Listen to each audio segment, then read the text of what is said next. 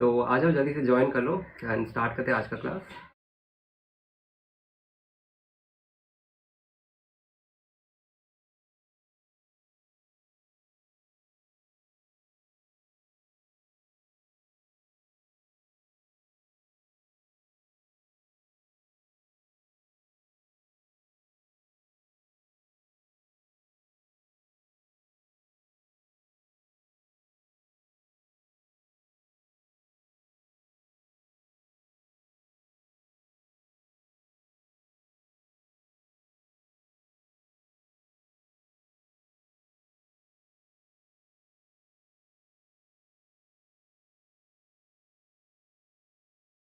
Okay so वापस से introduction कर लेते हैं। Hello everyone and welcome to today's class. आज हमारे शिव बैच का एक नया लेक्चर है और मेरा पहला लेक्चर होने वाला है। So welcome everybody to today's class. मैं हूँ हितेश गुप्ता और मैं रहने वाला हूँ आपका physics educator in Shiv batch, जो कि कम्प्लीटली फ्री बैच है, जहाँ पे सिर्फ 3 मंथ्स में हम लोग पूरा सिलेबस कंप्लीट करने वाले हैं। तो जल्दी से ज्वाइन कर लो और स्टार्ट करते हैं आज का लेक्चर, जो कि होने वाला है इलेक्ट्रिक फील्ड एंड चार्जेस। तो सबसे पहला लेक्चर, इस चैप्टर को 2 लेक्चर्स में मैंने डिवाइड किया, लेक्चर 1 एंड लेक्चर 2, जो संडे को होने वाला है। तो आज का एम है इलेक्ट्रिक फ्लक्स हम लोग पढ़ने वाले हैं। तो स्टार्ट करते हैं आज के लेक्चर के साथ। जल्दी से ज्वाइन कर लो और फिर हम लोग स्टार्ट करते हैं लेक्चर के साथ। हाय गाइस, हाय हाय। वे देखो यार, जब तक तुम लोग ज्वाइन करते हो ना, मैं तुम्हें ना हमारे पर्सनल मेंटरशिप के बारे में थोड़ा सा ना बता देता हूँ। देखो, आदित्य जोशी प्लेटफॉर्म पर ना तुम्हें पर्सनल मेंटरशिप मिलेगा। अब वो पर्सनल मेंटरशिप कैसे तुम्हें बेनिफिट करेगा, सुनो। पर्सनल मेंटरशिप में तुम्हें मिलने वाला एक पर्सनल मेंटर जो कि तुम्हारा हेल्प करने वाला है। अब ऐसा नहीं कि ये मेंटर ऐरा गैरा कोई भी इंसान है। These mentors are from top colleges of India, जैसे एम्स हो गया, मैमसी हो गया, जिपमर हो गया, या फिर एएफएमसी हो गया। You name the top college, we have mentors from that. ये मेंटर्स कैसे तुम्हें हेल्प करने वाले हैं? सबसे पहला चीज़, वन ऑन वन इंट्रैक्शन होने वाला है तुम्हारे साथ, जहाँ पे ये मेंटर्स तुम्हें गाइड करेंगे towards the goal which is NEET 2025। तुम्हें डेली टारगेट्स मिलने वाले, एनसीईआरटी बेस्ड डीपीपीज मिलेंगे। उसके बाद तुम्हें एफएसटी यानी कि फुल सिलेबस टेस्ट भी मिलेगा।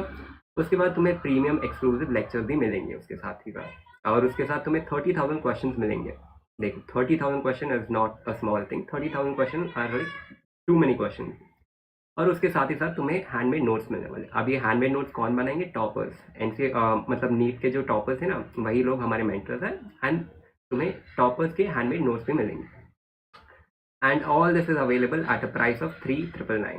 कहाँ तुम बड़े बड़े कोचिंग में 1 लाख 2 लाख बर्बाद करते हो, यहाँ पे तुम्हें 3,999 में ये सब मिल रहा है। वन ऑन वन इंट्रैक्शन मिलने वाले हैं भाई, मतलब देख लो, काफ़ी अच्छा चीज़ है।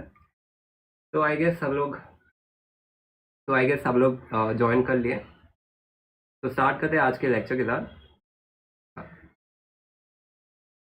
वॉइस सब ठीक है क्या? Good evening, good evening, good evening.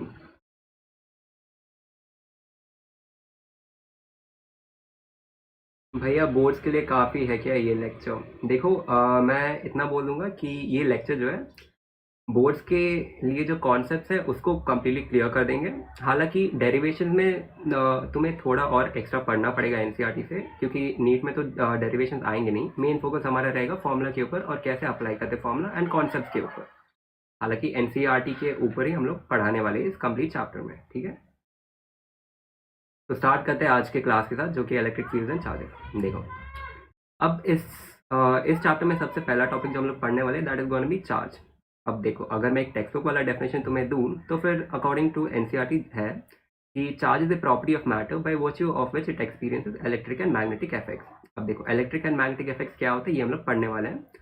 हालांकि मैग्नेटिक इफेक्ट्स हम लोग आगे के चैप्टर में पढ़ेंगे, इस चैप्टर में नहीं पढ़ेंगे। इस चैप्टर में हम लोग फोकस करने वाले इलेक्ट्रिक इफेक्ट्स के ऊपर, जो कि हमारा हो जाएगा electric field, electric flux and other things related to electric effects, ठीक है। अगर मैं अपने तरीके से समझाऊं तो फिर देखो, चार्ज जो है ना वो 3 तरीके के होते हैं। एक होता है पॉजिटिव चार्ज, एक होता है नेगेटिव चार्ज, और एक होता है न्यूट्रली चार्ज, ठीक है। अब देखो चार्ज कैसे होता है। ये जो पूरा खेल है ना चार्ज का, कि हम लोग बोलते हैं किसी बॉडी पे पॉजिटिव चार्ज है या फिर नेगेटिव चार्ज है, it's all due to the valence electron. अब वैलेंस इलेक्ट्रॉन क्या होता है? अगर तुम्हें अपने 10th का केमिस्ट्री याद भी है थोड़ा, तो फिर देखो एटम के अंदर क्या होता है। Let me zoom in into this model of atom. देखो, एटम के अंदर सबसे पहला चीज होता है न्यूक्लियस, जो कि यहाँ पे इस ग्रीन और रेड डॉट से रिप्रेजेंट किया है। Red dots represent the neutron and green one represent the proton, ठीक है। अब देखो, इस न्यूक्लियस के पास शेल्स है और सबसे लास्ट शेल को हम लोग बोलते हैं वैलेंस शेल। और वैलेंस शेल में जो इलेक्ट्रॉन्स रहते हैं उनको हम लोग बोलते हैं वैलेंस इलेक्ट्रॉन, ठीक है। अब इसी वैलेंस इलेक्ट्रॉन की वजह से सारा चार्ज का खेल आता है। कैसे, देखो, जब जब दो बॉडीज हम लोग लेते हैं, मान लो ये बॉडी ए है और ये बॉडी बी है, ठीक है। अब जब हम लोग इन दो बॉडीज को कॉन्टैक्ट में लाते हैं या फिर कोई भी प्रोसेस करते हैं जिससे इलेक्ट्रॉन्स ट्रांसफर होते हैं एक बॉडी से दूसरे बॉडी में, मान लो कि किसी प्रोसेस की वजह से इलेक्ट्रॉन्स बॉडी ए से बॉडी बी में ट्रांसफर हो गए, यानी कि इलेक्ट्रॉन्स बॉडी ए से निकल गए एंड बॉडी बी में आ गए हैं, ठीक है। तो इसकी वजह से होगा क्या, ये इलेक्ट्रॉन्स कौन से, these are the valence electron, हमेशा याद रखना, ठीक है। वैलेंस इलेक्ट्रॉन है ये। तो फिर होता ये कि इस बॉडी से इलेक्ट्रॉन निकल गए और इस बॉडी में इलेक्ट्रॉन्स ऐड हो गए। अब बेसिक चीज़ है कि electrons carry negative charge and protons carry positive charge and neutrons carry zero, यानी कि दे आर न्यूट्रल, उन पे कोई चार्ज नहीं रहता है। अब जब इलेक्ट्रॉन किसी बॉडी को छोड़ के दूसरे बॉडी में जाता है तो फिर होता ये कि सिंस इस बॉडी से इलेक्ट्रॉन निकल गए तो फिर इस पे एक पॉजिटिव चार्ज डेवलप हो जाता है। सिंस इसमें इलेक्ट्रॉन्स जा रहे हैं यानी कि negative charges entering this body, तो इस बॉडी पे नेगेटिव चार्ज आ जाता है, ठीक है। समझ में आ रहा है? हाँ, ओके। तो हाँ, इस बॉडी पे पॉजिटिव चार्ज डेवलप हो जाता है और इस बॉडी पे नेगेटिव चार्ज डेवलप हो जाता है। और ऐसा नहीं है कि we can generate charges, charges हमेशा ट्रांसफर होते हैं। इसका मतलब क्या है, आप कोई भी बॉडी को ले लो, उसके अंदर चार्ज ऑलरेडी रहते हैं, ठीक है। मेरे अंदर चार्ज है, आपके अंदर चार्ज है, कोई भी बॉडी को ले लो उसके अंदर चार्जेस है, लेकिन वो चार्ज हमें फील क्यों नहीं होता? वो इसलिए है क्योंकि जितना भी पॉजिटिव चार्ज है किसी बॉडी के ऊपर उतना ही नेगेटिव चार्ज है उस बॉडी के ऊपर, जिसके वजह से पॉजिटिव चार्ज का इफेक्ट कैंसल आउट हो जा रहा है। यानी कि मान लो ये मेरा बॉडी है, इस पे मान लो दो पॉजिटिव चार्ज है, तो फिर दो पॉजिटिव चार्ज के इक्वली दो नेगेटिव चार्ज है, जिसके वजह से नेट चार्ज इस पे जीरो हो जा रहा है। कैसे? यहाँ पे पॉजिटिव चार्ज अपना पॉजिटिव इफेक्ट दिखाना चाहता है और नेगेटिव चार्ज अपना नेगेटिव इफेक्ट दिखाना चाहता है।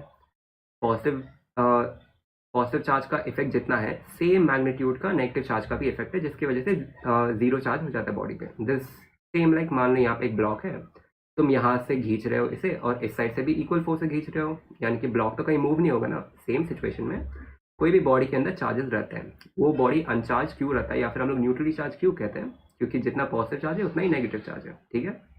समझ में आ रहा है? हाँ, तो आगे बढ़ते हैं। देखो, अब आई होप आपको समझ में आ गया होगा कि क्या होता है पॉजिटिव चार्ज, क्या होता है नेगेटिव चार्ज और क्या होता है neutrally charge body. Neutrally charge body क्या होता है? वो एक ऐसा बॉडी होता है जहाँ पे इक्वल अमाउंट ऑफ पॉजिटिव और नेगेटिव चार्ज होता है। जब एक बॉडी पॉजिटिवली चार्ज होता है यानी कि उस बॉडी से इलेक्ट्रॉन्स निकाले गए यानी कि ट्रांसफर किए गए हैं, और जब एक बॉडी नेगेटिवली चार्ज होता है तो फिर उस बॉडी के अंदर इलेक्ट्रॉन्स ऐड किए गए हैं, ठीक है। ओके, अब देखो, अब यहाँ पे मैंने 3 पॉइंट्स लिखे हैं जो शायद अब तुम्हें समझ में नहीं आएगा, लेकिन let's say 2 months 3 months down the line जब तुम इस चैप्टर को रिवाइज करोगे ना, तब तुम्हें ये 3 पॉइंट्स अच्छे से समझ में आ जाएंगे, क्योंकि ये जो पॉइंट्स है ये तुम्हें आगे के 3rd या 4th चैप्टर में समझ में आएंगे। तो फिर ये पॉइंट बस इतना कह रहा है कि if a charge is not moving, यानी कि चार्ज हमारा स्टेशनरी है, यानी कि वेलोसिटी जीरो है, then it creates only electric field, ठीक है। If a charge is moving with uniform velocity, then it creates electric field and magnetic field. If a charge is accelerating, accelerating का मतलब क्या है?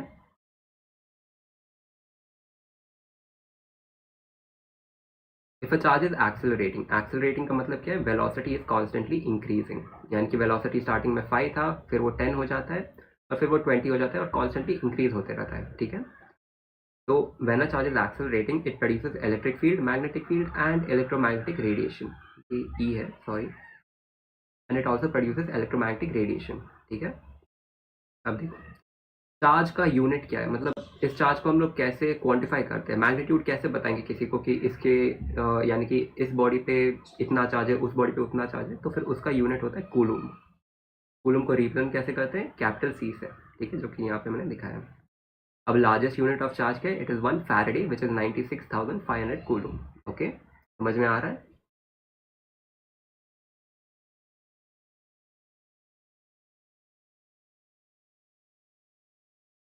भैया राइट साइड स्क्रीन नहीं दिख रहा है, अब आई गेस दिख रहा होगा, मैंने थोड़ा जूम आउट कर दिया।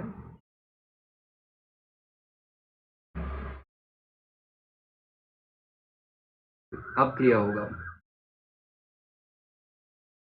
Okay, let's continue. अब नेक्स्ट चीज जो है चार्ज के बारे में हम लोग पढ़ने वाले हैं कि charge is a scalar quantity. अब स्केलर क्वांटिटी और वेक्टर क्वांटिटी में क्या फ़र्क है, जो हमारे स्केलर क्वांटिटीज़ है ना उनके पास, ये right it down, scalar quantity के पास हमेशा मैग्नीट्यूड रहता है, ठीक है, लेकिन डायरेक्शन नहीं रहता।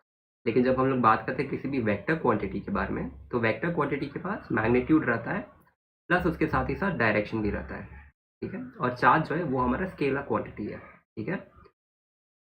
नेक्स्ट थिंग, चार्ज का डायमेंशनल फॉर्मूला क्या होता है। अब देखो, चार्ज का डायमेंशनल फॉर्मूला होता है AT। ये कैसे आया, देखो, करंट क्या होता है, current is nothing but charge divided by time, okay.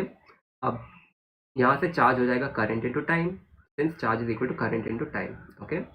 And charge को हम लोग Q से रिप्रेजेंट करते हैं, तो Q is equal to I into T, okay. अब Q is equal to IT, this is the formula for charge. समझ में आ रहा है।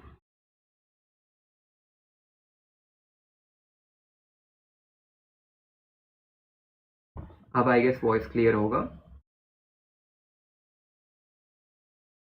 हाँ, तो चार्ज का फॉर्मूला हो जाता है I इंटू टी, जो कि होता है करंट इंटू टाइम। अब करंट का डायमेंशनल फॉर्मूला होता है कैपिटल A, एंड टाइम का डायमेंशनल फॉर्मूला होता है कैपिटल T। तो अल्टीमेटली चार्ज का डायमेंशनल फॉर्मूला हो जाता है AT, ठीक है। तो this is the dimensional formula of charge. ये आपको रट्टा नहीं मानना है, बस आपको स्टैंडर्ड क्वांटिटीज अगर याद है तो फिर you can easily derive the dimensional formula of any quantity, okay. अब देखो, if a material gets positively charge then the mass decreases. अब ये क्यों हो रहा है, देखो, मान लो मेरे पास ये एक बॉडी है, ओके। इस बॉडी से मैं इलेक्ट्रॉन निकाल रहा हूँ। अगर मैं इलेक्ट्रॉन निकाल रहा हूँ तो फिर इस पे पॉजिटिव चार्ज डेवलप हो रहा है, करेक्ट। सिंस इस पे पॉजिटिव चार्ज डेवलप हो रहा है, क्यों ये डेवलप हुआ, क्योंकि मैंने इस बॉडी में से इलेक्ट्रॉन निकाल दिए। अब सिंस इसमें से इलेक्ट्रॉन निकाल दिए, यानी कि मास कम हो गया इस बॉडी का। इलेक्ट्रॉन का भी तो मास होता है ना, जो कि होता है 9.1 इंटू 10⁻³ kg। सिंस इस बॉडी से इलेक्ट्रॉन निकाले गए तो फिर मास कम हो रहा है। एंड इसलिए यहाँ पे मैंने लिखा है कि if a material gets positively charge then the mass decreases, okay. And if a material gets negatively charge then the mass increases. क्यों, क्योंकि मान लो ये हमारा बॉडी है जिसमें इलेक्ट्रॉन्स ऐड किए जा रहे हैं। सिंस इसमें इलेक्ट्रॉन्स ऐड किए जा रहे हैं, यानी कि नेगेटिव चार्ज इसमें ऐड किया जा रहा है, यानी कि इसमें मास ऐड किया जा रहा है। इलेक्ट्रॉन का भी तो मास होता है, सिंस इलेक्ट्रॉन ऐड कर रहे हैं यानी कि मास भी ऐड कर रहे हैं। तो फिर इसलिए हम लोग बोलते हैं कि when a material gets negatively charge then the mass increases, okay.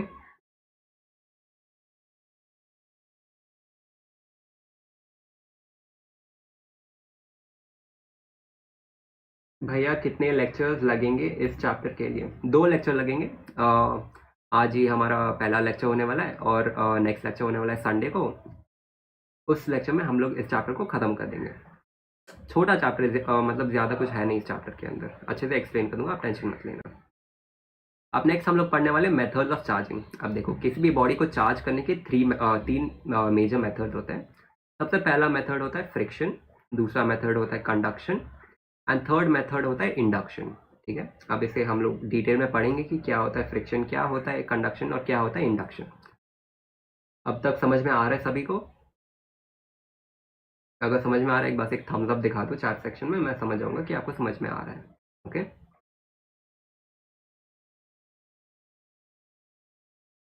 Okay, let's continue. Okay, methods of charging. सबसे पहला मेथड जो हम लोग पढ़ने वाले हैं वो होने वाला है फ्रिक्शन। अब फ्रिक्शन क्या है, देखो, सिंपल वर्ड्स में अगर मैं बोलूँ, रबिंग। बस फ्रिक्शन का मतलब रबिंग, यानी कि दो बॉडीज को हम लोग रब करने वाले हैं। कैसे, देखो, when two substances are rubbed together, transfer of electrons take place from one substance to another. It is the loosely bound valence electron that get transferred. हमेशा याद रखना, it is the valence electron. It is not the internal shells के electron. It is always the valence electron that get transferred during friction. अब ये friction कैसा method है, it is a contact method. हमेशा याद रखना, it is a contact method, यानी कि दो बॉडी।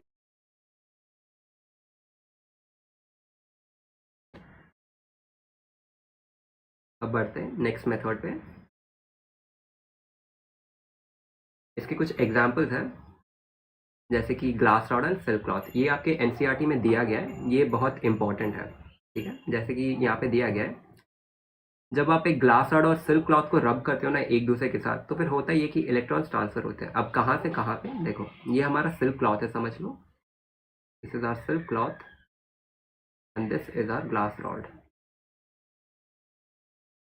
अब जब हम इन दोनों को रब करेंगे तो फिर होगा क्या, होगा ये कि इलेक्ट्रॉन ट्रांसफर होंगे। कौन सा electron? It is always the valence electron that get transferred. कहाँ से कहाँ, किस बॉडी से किस बॉडी में ट्रांसफर होंगे? देखो ये सब डिपेंड होता है इलेक्ट्रॉन एफिनिटी के ऊपर। इलेक्ट्रॉन एफिनिटी यानी कि इलेक्ट्रॉन की ओर अट्रैक्शन समझ लो आप। जिस बॉडी का इलेक्ट्रॉन एफिनिटी ज़्यादा है यानी कि वो बॉडी आसानी से इलेक्ट्रॉन एक्सेप्ट कर लेगा। जिस बॉडी का इलेक्ट्रॉन एफिनिटी कम होता है वो बॉडी आसानी से इलेक्ट्रॉन डोनेट कर देगा। ठीक है, in this case electron transfer takes place from the glass rod to the silk cloth. यानी कि जब हम इन दोनों को रब करेंगे तो फिर इलेक्ट्रॉन जो है ग्लास रॉड से निकल के सिल्क क्लॉथ में चल जाएंगे। सिंस इलेक्ट्रॉन ग्लास रॉड में से निकल रहे तो फिर ऑब्वियसली इस पे पॉजिटिव चार्ज डेवलप होगा, और since electrons are entering the silk cloth इस पे नेगेटिव चार्ज डेवलप होगा। ठीक है, समझ में आ रहा है तो थम्स अप दिखा दो, मैं समझ जाऊंगा कि आपको समझ में आ रहा है। This is a contact method and this method precedes attraction. अब इसका मतलब क्या है कि दिस मेथड प्रिसीड्स अट्रैक्शन, इसका मतलब ये है कि ये मेथड जो है अट्रैक्शन को प्रमोट करता है। कैसे? देखो होता ये है कि यहाँ पे सिंस फ्रिक्शन की वजह से ग्लास रॉड पे तो पॉजिटिव चार्ज डेवलप हो गया और हमारे सिल्क क्लॉथ पे नेगेटिव चार्ज डेवलप हो गया। अब एक चीज आपको याद रखना है कि like charges repel and unlike charges attract. यानी कि अगर मैं दो नेगेटिव चार्ज बॉडीज को आसपास लेके आ जाऊं तो फिर इन दोनों के बीच में रिपल्शन होगा। अगर मैं दो पॉजिटिवली चार्ज बॉडीज को आसपास लेके आ जाऊं तो फिर इन दोनों के बीच में भी रिपल्शन होगा। क्यों? Because like charges repel.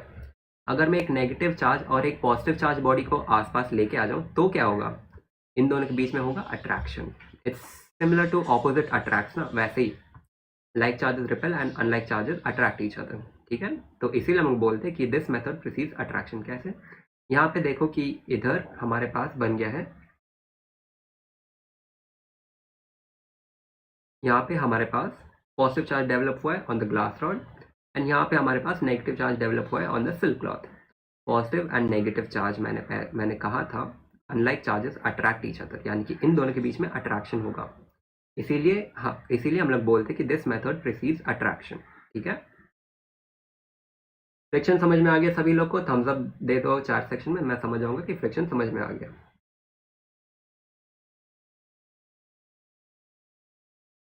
Okay, अब बढ़ते हैं नेक्स्ट मेथड पे जो कि conduction which is touching of two bodies. अब कंडक्शन में क्या होता है? Conduction is also a contact method. कैसे? देखो मैं बताता हूँ। कंडक्शन में होता क्या है कि basically that is touching of two bodies. कैसे? देखो यहाँ पे मान लो ये हमारा पहला बॉडी है, मैं थोड़ा सा ना इनका कलर चेंज कर देता हूँ वरना आपको दिखेगा नहीं। मान लो this is our body A, ठीक है, and this is our body B.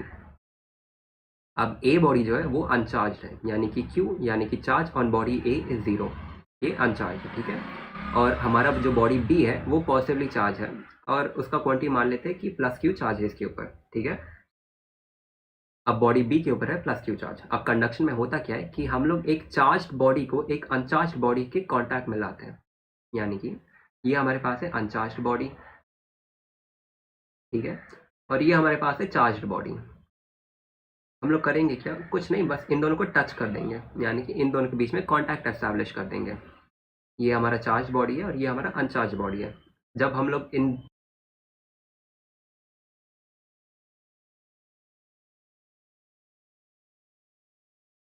ये तो होगा क्या? होगा ये कि इस बॉडी में भी चार्ज इंड्यूस हो जाएगा। कैसे इंड्यूस होगा? देखो जब हम लोग इस बॉडी को कांटेक्ट में लाके वापस सेपरेट करेंगे तो होगा ये कि इन दोनों के बीच में same kind of charge induce हो जाएगा। कैसे? सिंस इस पे पॉजिटिव चार्ज था तो फिर कंडक्शन के वजह से सिंस हमने इसको इस बॉडी पे टच करके वापस सेपरेट किया है तो फिर इधर भी पॉजिटिव चार्ज हो जाएगा। This is nothing but similar to sharing. हम लोग ये भी कह सकते हैं कि it is similar to sharing of charges. ठीक है, अब क्वेश्चन ये कि कितना चार्ज बनेगा उस बॉडी के ऊपर। देखो शेयरिंग ऑफ चार्ज तब तक होगा जब तक दोनों बॉडीज के बीच में इक्वल चार्ज नहीं एस्टैब्लिश हो जाता है। जैसे कि यहाँ पे देखो इनिशियली चार्ज कितना है, टोटल चार्ज इन दोनों बॉडीज का हो जाएगा Q + 0। ठीक है, Q + 0 which is equal to Q। Okay, अब देखो अब जब इन दो बॉडीज को टच करके वापस हम लोग सेपरेट करेंगे, फाइनल में भी उतना ही चार्ज रहेगा, सिस्टम के ऊपर उतना ही चार्ज रहेगा। ठीक है, यानी कि इस बॉडी के ऊपर भी आ जाएगा Q/2 और इस पे भी आ जाएगा Q/2। क्यों? क्योंकि चार्जेस तब तक शेयर होंगे जब तक इक्वल चार्ज नहीं आ जाता है दोनों बॉडीज के बीच में, ठीक है। तो यहाँ पे आ जाएगा Q/2 चार्ज और यहाँ पे भी आ जाएगा Q/2 चार्ज, यानी कि टोटल चार्ज वापस हो जाएगा Q/2 प्लस Q/2, जो कि हो जाता है Q। यानी कि हमारा इनिशियल चार्ज भी Q था और फाइनल चार्ज भी Q है। यानी कि हमने चार्ज बनाया नहीं है, जनरेट नहीं किया है, बस ट्रांसफर किया है एक बॉडी से दूसरे बॉडी में, ठीक है। समझ में आ रहा है? तो फिर थम्स अप दिखा दो चैट सेक्शन में, मैं समझ जाऊंगा कि आप लोग को समझ में आ रहा है। अब कुछ पॉइंट्स है कंडक्शन के बारे में। Same nature of charges induced, यानी कि देखो फ्रिक्शन में क्या हो रहा था, जब हम इन दो बॉडीज को रब करके सेपरेट कर रहे थे तो फिर एक बॉडी पे पॉजिटिव चार्ज आ रहा था और एक बॉडी पे नेगेटिव चार्ज आ रहा था। अब कंडक्शन में क्या हो रहा है, कंडक्शन में हो ये रहा है कि same kind of charges induced. मान लो इस पे पॉजिटिव Q/2 चार्ज है तो बॉडी ए पे भी पॉजिटिव Q/2 चार्ज ही इंड्यूस हो रहा है, ठीक है। यानी कि यहाँ पे नेगेटिव चार्ज नहीं बन रहा है, यहाँ पे पॉजिटिव चार्ज ही बन रहा है। That's why we say that same nature of charge is induced. Contact is needed, again similar to friction. Precise repulsion, repulsion क्यों हो रहा है बता दो, सिंपल है, same nature of charge, same nature of charge, that is why repulsion is happening. यानी कि like charges repel and unlike charges attract, same concept, ठीक है। समझ में आ रहा है? अब नेक्स्ट हम लोग बढ़ेंगे ऑन द थर्ड मेथड, जो कि इंडक्शन। इंडक्शन में क्या होता है, ये थोड़ा सा डिफरेंट मेथड है। क्यों डिफरेंट है मैं बताता हूँ। देखो, नो कॉन्टैक्ट इज नीडेड। अब तक जो हमने फर्स्ट टू मेथड्स पढ़े उनमें कॉन्टैक्ट चाहिए था, लेकिन इस मेथड में कॉन्टैक्ट इज नॉट नीडेड। यानी कि मान लो हमारे पास एक चार्ज बॉडी है जो कि in this situation is this glass rod पे पॉजिटिव चार्ज है, मतलब स्टार्टिंग से ही पॉजिटिव चार्ज है इस बॉडी के ऊपर, is a positively charge glass rod. मान लो हमारे पास एक और स्पीयर है जो कि अनचार्ज है, ठीक है। यानी कि इनिशियली इस पे चार्ज कितना है, Q=0 होगा। ये जब हम इस ग्लास रॉड को इस स्पीयर के पास लेके आएंगे ना, इस मेटल स्पीयर के पास, तो फिर चार्ज इंड्यूस होगा। कैसे? क्या चार्ज ट्रांसफर हो रहा है इसमें? बिल्कुल भी नहीं, चार्ज ट्रांसफर नहीं हो रहा है। मैंने सबसे पहले कहा था कि जब एक बॉडी न्यूट्रली चार्ज होता है तो उसमें होता क्या है कि जितना पॉजिटिव चार्ज है उतना ही नेगेटिव चार्ज है उस बॉडी के ऊपर। यानी कि अगर ये न्यूट्रली चार्ज है तो फिर इसके ऊपर जितना पॉजिटिव चार्ज है उतना ही नेगेटिव चार्ज है, ठीक है। अब जब हम लोग एक चार्ज बॉडी को दूसरे अनचार्ज बॉडी के पास में लेके आएंगे, कांटेक्ट में नहीं रखेंगे, सिर्फ पास में लेके आएंगे, तो फिर होगा क्या, there will be redistribution of charges. यानी कि नेगेटिव चार्ज हमारे लेफ्ट साइड में आ जाएंगे और पॉजिटिव चार्ज राइट साइड में आ जाएंगे। भैया कंपल्सरी है क्या कि लेफ्ट पे नेगेटिव चार्ज ही रहेंगे? नहीं। मान लो कि इस मेटल स्फीयर के पास मैं एक नेगेटिव चार्ज बॉडी लेके आ रहा हूँ।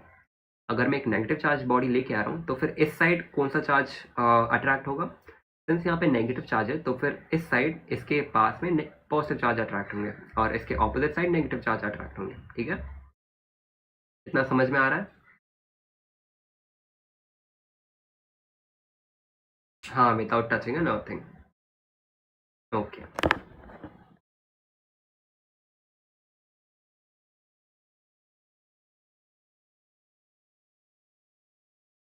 सबको समझ में आ रहा है? समझ में आ रहा है तो हम थम्स अप दिखा दो।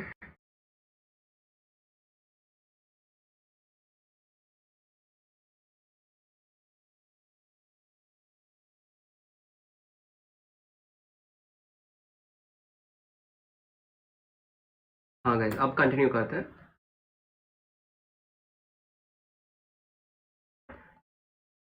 Next point is opposite charges are induced, ठीक है। यानी कि यहाँ पे अगर मैं पॉजिटिवली चार्ज बॉडी को लेके आ रहा हूँ तो फिर इस साइड नेगेटिव चार्ज इंड्यूस हो रहा है और इसके opposite side positive charge induce हो रहा है, ठीक है। बॉडी रिमेन्स न्यूट्रल, इसका मतलब क्या है? देखो, इनिशियली इस बॉडी के ऊपर नेगेटिव चार्ज था, ठीक है। आई मीन इनिशियली इस बॉडी के ऊपर न्यूट्रली चार्ज था। न्यूट्रली चार्ज क्यों था? जितना पॉजिटिव चार्ज था उतना ही नेगेटिव चार्ज था। अब जब इंडक्शन की वजह से यहाँ पे नेगेटिव चार्ज आ गया और इस साइड पॉजिटिव चार्ज आ गया है, यानी कि टोटल में देखा जाए तो इस सिचुएशन के अंदर भी जितना नेगेटिव चार्ज है उतना ही पॉजिटिव चार्ज है बॉडी पे। तो बॉडी के ऊपर कितना हुआ चार्ज? Q=0।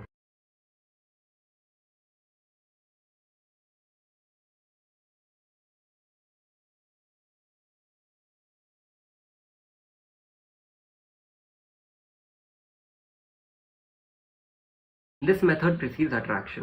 अट्रैक्शन क्यों प्रिसीड कर रहा है? क्योंकि देखो यहाँ पे नेगेटिव चार्ज आ रहा है और राइट साइड पॉजिटिव चार्ज आ रहा है। सिंस इंडक्शन की वजह से क्या हो रहा है, यहाँ पे नेगेटिव चार्ज आ गया और ये हमारा पॉजिटिव चार्ज बॉडी। अब आपको दिख तो रहा होगा कि यहाँ पे पॉजिटिव चार्ज है और यहाँ पे नेगेटिव चार्ज है, यानी कि ऑपोजिट चार्जेस। ऑपोजिट चार्जेस के बीच में क्या होता है? अट्रैक्शन होता है। इसीलिए हम लोग कहते हैं कि दिस मेथड प्रिसीज अट्रैक्शन। ठीक है,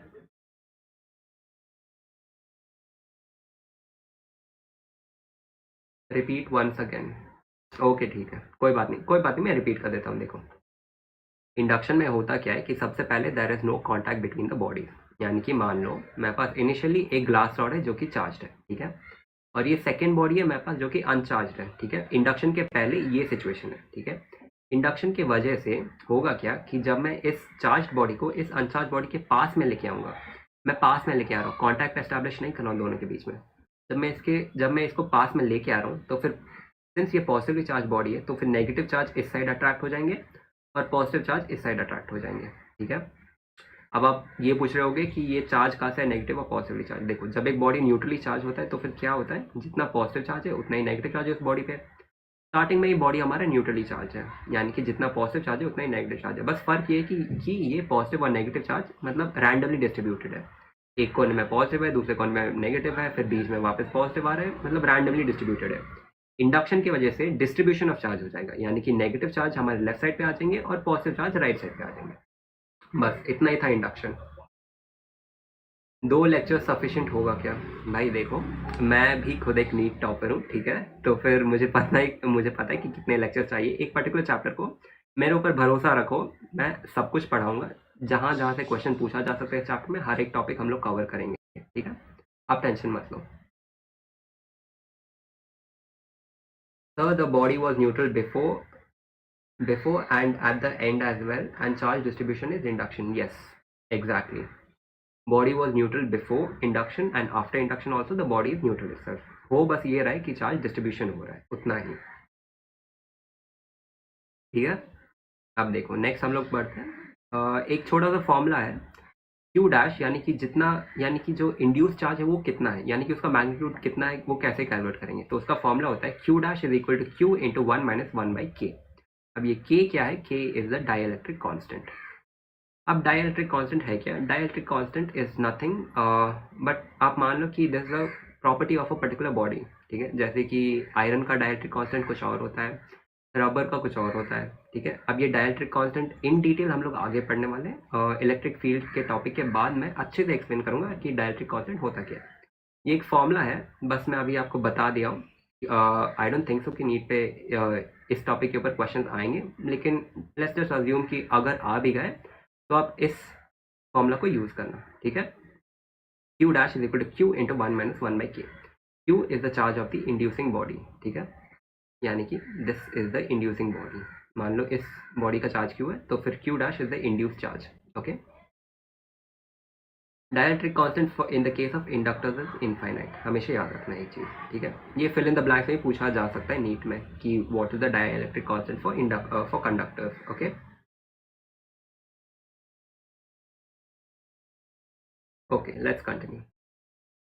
अब देखो, कंडक्टर्स, इंसुलेटर्स और सेमीकंडक्टर्स होते क्या है, मैं आपको बता देता हूँ। देखो, conductors are substances which allow charge to flow through them due to the free electrons that flow inside them. यानी कि कंडक्टर आप समझ लो कोई भी मेटल पीस हो जाता है, यानी कि मेटल पीस के अंदर क्या है? इलेक्ट्रॉन्स है। सिंस ये एक मेटल है तो फिर इलेक्ट्रॉन्स है। अब ये कंडक्टर क्या है? चार्ज को फ्लो करने देते। क्यों फ्लो करने देते? Because of the electrons. ठीक है, ये इलेक्ट्रॉन्स मूव होते हैं जिसकी वजह से चार्ज फ्लो होता है इस बॉडी में। नेक्स्ट आता है insulators. Insulators do not allow charge to flow through them. ठीक है, और फिर नेक्स्ट आता है semiconductor. Semiconductors are substances which allow partial charge to flow through them. अब ये सेमीकंडक्टर के ऊपर एक स्पेसिफिक चैप्टर है हमारे पास 12th का, जो लास्ट चैप्टर है सेमीकंडक्टर, जो हम लोग पढ़ने वाले हैं शिप बैच में। तो वहाँ पे सेमीकंडक्टर आपको अच्छे से एक्सप्लेन करूँगा पूरा चैप्टर। ठीक है, अब समझ में आ रहा है?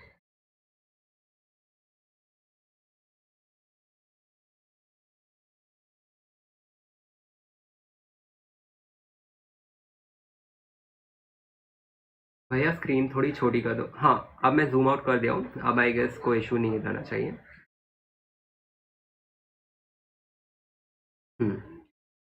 अब एक important point, when charge is transferred to a conductor, the charge is spread over its surface quickly, but in the case of insulator, it remains in the same place. मतलब मान लो मेरे पास एक सर्कुलर शेप में एक conductor है जो कि हमारा मेटल का पीस होता है। ठीक है, मान लो मैंने इस मेटल के पीस पे क्यू चार्ज दिया है, यानी कि क्यू चार्ज ट्रांसफ़र किया है इस मेटल के स्फीयर पे, तो फिर होगा ये कि ये क्यू चार्ज डिस्ट्रीब्यूट हो जाएगा इस पूरे मेटल सरफेस के ऊपर, ठीक है। और मान लो सेम सिचुएशन में मेरे पास एक इंडक्टर है इज इन दिस शेप। मान लो इस पे मैं क्यू चार्ज ट्रांसफर करता हूँ। अब ये क्यू चार्ज यहीं पे रहेगा, मतलब स्प्रेड नहीं होगा इस सरफेस के ऊपर, लेकिन इन द केस ऑफ कंडक्टर्स होगा ये कि ये क्यू चार्ज टोटली स्प्रेड हो जाएगा सरफेस के ऊपर, ठीक है। ये एक नोट था, इसको याद रख लेना, ठीक है। ओके, अब आगे बढ़ते हैं विद प्रॉपर्टीज ऑफ चार्जेस। अब प्रॉपर्टीज ऑफ चार्ज जो है वो मैं आपको एक्सप्लेन करता हूँ। देखो, सबसे पहला प्रॉपर्टी है एडिटिव नेचर। ये सबसे आसान प्रॉपर्टी है, यानी कि चार्जेस आर एडिटिव, मतलब that is the total charge on the body is equal to the sum of individual charges. जैसे कि मान लो ये हमारा बॉडी है, ठीक है, जिसे मैंने येलो बॉर्ड से रिप्रेजेंट किया है, और इसके अंदर मान लो इंडिविजुअल चार्जेस है, जैसे +2 कूलम, +8 कूलम एंड -4 कूलम, ठीक है। तो फिर टोटल चार्जेस बॉडी पे क्या होगा? Since charges are additive, यानी कि total charge on the body is equal to the sum of individual charges. Individual charges है +2 कूलम, +8 कूलम एंड -4 कूलम। तो फिर टोटल चार्ज होगा +2 प्लस +8 प्लस -4 कूलम। तो फिर नेट हमें मिलेगा +6 coulomb. This nothing but algebraic addition. Simple words में algebraic addition है, ठीक है। ओके, आगे बढ़ते हैं। Like charges repel and unlike charges attract. ये तो मैंने स्टार्टिंग में बता दिया था, ठीक है। यानी कि पॉजिटिव चार्ज को लेके आओगे जो कि लाइक चार्जेस है, then they repel each other. अगर हम एक पॉजिटिव और नेगेटिव चार्ज को पास में लेके आएंगे तो they attract each other, since they are unlike charges. अगर हम सेम लाइक चार्जेस यानी कि नेगेटिव को लेके आएंगे then they repel each other, ठीक है। अब next is conservation of charge. ये सबसे इंटरेस्टिंग वाला है। देखो, ये क्या कहता है कि charge can neither be created not destroyed, only transferred from one body to another. जो कि मैं स्टार्टिंग से एक्सप्लेन कर रहा हूँ कि चार्ज जो है एक बॉडी से दूसरे बॉडी में ट्रांसफर किया जा सकता है थ्रू इलेक्ट्रॉन्स। चार्ज हम लोग क्रिएट नहीं कर सकते हैं। मेरे अंदर चार्ज है लेकिन अभी मैं न्यूट्रली चार्ज हूँ। क्यों? क्योंकि जितना पॉजिटिव चार्ज है उतना ही नेगेटिव चार्ज भी है मेरे अंदर। इसीलिए हम लोग कहते हैं कि आई एम न्यूट्रली चार्ज। आप भी न्यूट्रली चार्ज हो, आपका फ़ोन भी अभी करंटली न्यूट्रली चार्ज है, ठीक है। अब नेक्स्ट टॉपिक इज क्वांटाइजेशन। अब ये कुछ नया होगा, क्वांटाइजेशन मैं आपको एक्सप्लेन कर देता हूँ। क्वांटाइजेशन, पहले हम वर्ड में घुसते हैं। क्वांटाइजेशन हमें दिख रहा है quant, this is nothing but similar to quantity. यानी कि हम लोग बताने वाले कि कोई भी बॉडी के ऊपर कितना चार्ज होता है, उस क्वांटिटी को मतलब हम लोग कैसे डिफाइन करेंगे।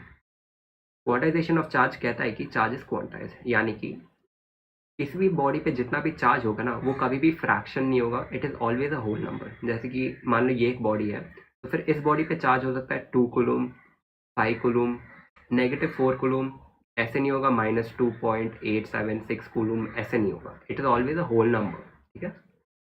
और इसका एक छोटा सा फॉर्मूला है Q, यानी कि charge on the body is equal to +-NE। E क्या है? E is the charge of an electron. Charge of an electron कितना होता है? दैट इज 1.6 × 10⁻⁻19 कूलम, ठीक है। N is the number of electrons, ठीक है। यानी कि मान लो इस बॉडी से मैं 10 इलेक्ट्रॉन निकाल रहा हूँ, तो फिर चार्ज हो जाएगा +10 × चार्ज ऑफ एन इलेक्ट्रॉन, जो कि होता है 1.6 × 10⁻⁻19 कूलम। मान लो इस बॉडी में मैं 10 इलेक्ट्रॉन्स ऐड कर रहा हूँ, तो फिर चार्ज हो जाएगा -10 × बेसिक क्वांटिटी ऑफ चार्ज, जो कि है charge of an electron 1.6 × 10⁻19 coulomb, ठीक है। तो ये भी एक इंपॉर्टेंट फॉर्मूला है, इसको भी आप याद रख लीजिएगा। Q is equal to +-NE। समझ में आ रहा है भैया? सिर्फ 2 लेक्चर में चैप्टर का डिटेल एक्सप्लेनेशन हो पाएगा। हाँ देखो, अगर मैं सच बोलूँ ना, अगर आपको फिजिक्स में इम्प्रूव करना है तो फिर the only way to improve in physics is concept समझो, क्लियरली समझो कॉन्सेप्ट को, उसके बाद क्वेश्चन सॉल्व कर लो। जितने क्वेश्चन होंगे उतने क्वेश्चन सॉल्व करो। With each question you solve तुम फिजिक्स में इम्प्रूव करोगे। जब मैं प्रिपेयर कर रहा था ना, मैंने इतने सारे क्वेश्चन सॉल्व किए थे ना कि मतलब ऑलमोस्ट 4-5 नोटबुक बस क्वेश्चन सॉल्व से ही भर चुके थे। तो फिर अगर आपको सच्ची में इम्प्रूव करना है, always keep solving question. Lecture पढ़ो, कॉन्सेप्ट समझो, उसके बाद डायरेक्टली क्वेश्चन सॉल्व करो, ठीक है। Okay, let's continue. अब next major topic Coulomb's law. अब कूलम जो है वो एक साइंटिस्ट है, उन्होंने एक लॉ दिया था। वो लॉ क्या कहता है? ये लॉ बेसिकली फोर्स के बारे में हमें इंफॉर्मेशन देता है कि मान लो हमारे पास 2 बॉडीज है, body A and body B. मान लो बॉडी ए पे चार्ज है Q एंड बॉडी बी पे चार्ज है स्मॉल q। तो फिर कूलम्स लॉ में ये कहता है कि इन दोनों बॉडीज के बीच में फोर्स का जो क्वांटिटी है यानी कि मैग्नीट्यूड है वो कितना होगा, वो कैसे कैलकुलेट करेंगे हम लोग, उस चीज़ के बारे में हमें कूलम्स लॉ के थ्रू इन्फॉर्मेशन मिलता है। Coulomb's law says that the force of attraction और repulsion between two charge bodies, ठीक है, यानी कि फोर्स जो कि यहाँ पे एस से रिप्रेजेंट किया है, it is directly proportional to the magnitude of charges Q1 and Q2। मान लो इस बॉडी का चार्ज Q1 है और इस बॉडी का चार्ज Q2 है, तो फिर कूलम लॉ ये कहता है कि जो फोर्स इन दोनों बॉडीज के बीच में होगा that is directly proportional to the product of charges Q1 and Q2। मान लो मैं Q1 का चार्ज को बढ़ा रहा हूँ और Q2 के चार्ज को भी बढ़ा रहा हूँ, तो फिर फोर्स भी बढ़ेगा। मान लो मैं सिर्फ Q1 को बढ़ा रहा हूँ फिर भी फोर्स बढ़ेगा, मान लो मैं सिर्फ Q2 को बढ़ा रहा हूँ फिर भी फोर्स बढ़ेगा, because force is directly proportional to the product magnitude of product, ठीक है। And this force is inversely proportional to the square root of distance, यानी कि मान लो इन दोनों बॉडीज के बीच के डिस्टेंस को हम लोग कहते हैं r, ठीक है। r is the distance between these two bodies, okay. तो ये जो फोर्स है it is inversely proportional to the square of distance, ठीक है। मान लो कि मैं इस डिस्टेंस को डबल कर दूं, यानी कि r से मैं सीधा 2r कर देता हूँ डिस्टेंस, तो फोर्स क्या आधा हो जाएगा? नहीं, force is directly it is inversely proportional to the square of distance, यानी कि इनिशियली अगर force was dependent on 1/r square, तो फिर नया force will be dependent on नया डिस्टेंस का स्क्वायर, यानी कि 2r होल स्क्वायर, जो कि हो जाएगा 1/2 स्क्वायर इज 4, तो फिर 4r स्क्वायर, यानी कि फोर्स 1/4 हो जाएगा, ठीक है। ये हमेशा याद रखना, it is inversely proportional to the square of distance, ठीक है। सबको समझ में आ गया? समझ में आ रहा है तो थम्स अप दिखा देना, ठीक है। अब नेक्स्ट बढ़ते हैं, यहाँ पे F is directly proportional to Q1 Q2 divided by R square. Q1 Q2 क्या है? It is the product of the charges, ठीक है। क्योंकि अगर हमारे पास दो बॉडीज है तो मान लो बॉडी ए का चार्ज Q1 है, बॉडी बी का चार्ज Q2 है, तो फिर फोर्स जो इन दोनों बॉडीज के बीच में होगा ना, it is directly proportional to the product of charges, यानी कि इस चार्ज और इस चार्ज के प्रोडक्ट से वो डायरेक्टली प्रोपोर्शनल है। And it is inversely proportional to the square of distance, जो हम लोग यहाँ पे R से रिप्रेजेंट कर रहे हैं, यानी कि F is directly proportional to Q1 Q2 divided by R square. समझ में आ रहा है? अगर हमें ये साइन निकालना है जो कि हम जिसे हम लोग कॉन्सेंट ऑफ जिसे हम लोग प्रोपोर्शनलिटी का सिंबल बोलते हैं, तो फिर हमें कॉन्सेंट इंट्रोड्यूस करना पड़ता है। वो कॉन्सेंट उस कॉन्सेंट को हम लोग यहाँ पे k से सब्स्टिट्यूट कर रहे हैं। अब k क्या है? k is nothing but 1/4 pi epsilon not, ठीक है। ये एक पूरा कांस्टेंट है, पाई का वैल्यू कांस्टेंट है, एप्सिलॉन नॉट का वैल्यू कांस्टेंट है, यानी कि ये पूरा टर्म हमारा एक कांस्टेंट हो जाता है। अब k का वैल्यू कितना होता है? That is 9 × 10⁹ newton metre square पर कूलम स्क्वायर, ठीक है। अब ये एप्सिलॉन नॉट क्या है? देखो, एप्सिलॉन नॉट को हम लोग कहते हैं परमिटिविटी इन फ्री स्पेस। अगर देखो दो चीज होते हैं, एक होता है एप्सिलॉन और एक होता है एप्सिलॉन नॉट। अब दोनों में फर्क क्या है? जब भी हम लोग नॉट लगा देते हैं ना, ऐसा छोटा सा एक सर्कल जब लगा देते हैं, इसका मतलब है स्टैंडर्ड स्टेट। स्टैंडर्ड स्टेट क्या होता है? Free space. फ्री स्पेस यानी कि वैक्यूम। अगर मैं सिर्फ एप्सिलॉन लिख रहा हूँ, इसका मतलब है इन अ डिफरेंट मीडियम, यानी कि वैक्यूम को छोड़ के मैं कोई एक नए मीडियम में जा रहा हूँ, जैसे कि कोई लिक्विड मीडियम में जा रहा हूँ, ऑयल समझ लो या फिर ग्रीस समझ लो, कोई भी नया मीडियम में मैं जा रहा हूँ, या फिर वाटर भी हो सकता है, ठीक है। तो फिर अगर मैं वैक्यूम को छोड़ के कोई भी मीडियम में, in that situation I use epsilon. अगर मैं वैक्यूम में हूँ या फिर फ्री स्पेस में, तो फिर इन दैट सिचुएशन हो जाएगा एप्सिलॉन नॉट, ठीक है। समझ में आ रहा है?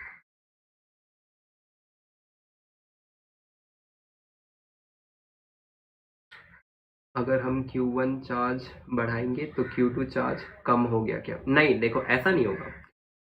मैं तुम्हें क्वांटिटी से एक्सप्लेन कर देता हूँ। देखो, मान लो हमारे पास ये बॉडी ए है and this is body B, okay.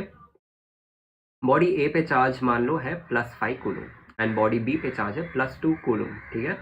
अब जो फोर्स है that is directly proportional to the product of charges, यानी कि force will be proportional to 5 × 2, ठीक है, प्रोडक्ट ऑफ द चार्जेस। अगर मैं मान लो बॉडी ए यानी कि Q1 के चार्ज को बढ़ा रहा हूँ, अगर मैं 5 से सीधा 6 कर दूंगा, तो फिर फोर्स क्या होगा? It will be directly proportional to the product of charges, जो कि होगा 6 और 2 के प्रोडक्ट का, ठीक है। समझ में आ गया? Okay, let's continue again. Epsilon naught होता है परमिटिविटी इन फ्री स्पेस। अब परमिटिविटी क्या होता है? It is nothing but the ability to store charges. मान लो किसी मीडियम का एबिलिटी बहुत ज़्यादा है चार्जेस स्टोर करने का, तो फिर हम लोग बोलते हैं कि उसका परमिटिविटी ज़्यादा है। जैसे कि मान लो मेरे पास वैक्यूम है और मेरे पास वाटर है, ठीक है। मैं कह दूंगा कि permittivity of vacuum is greater than that of water. इसका मतलब क्या है कि अगर मैं चार्ज दूंगा वैक्यूम को, तो फिर vacuum has a greater ability to store that charge compare to water. Water भी स्टोर करेगा लेकिन उतना अच्छे से स्टोर नहीं करेगा, लेकिन वैक्यूम जो है वो अच्छे से चार्ज को स्टोर करता है, इसीलिए इसका परमिटिविटी ज़्यादा होता है कंपेयर टू वाटर। ठीक है, समझ में आ रहा है?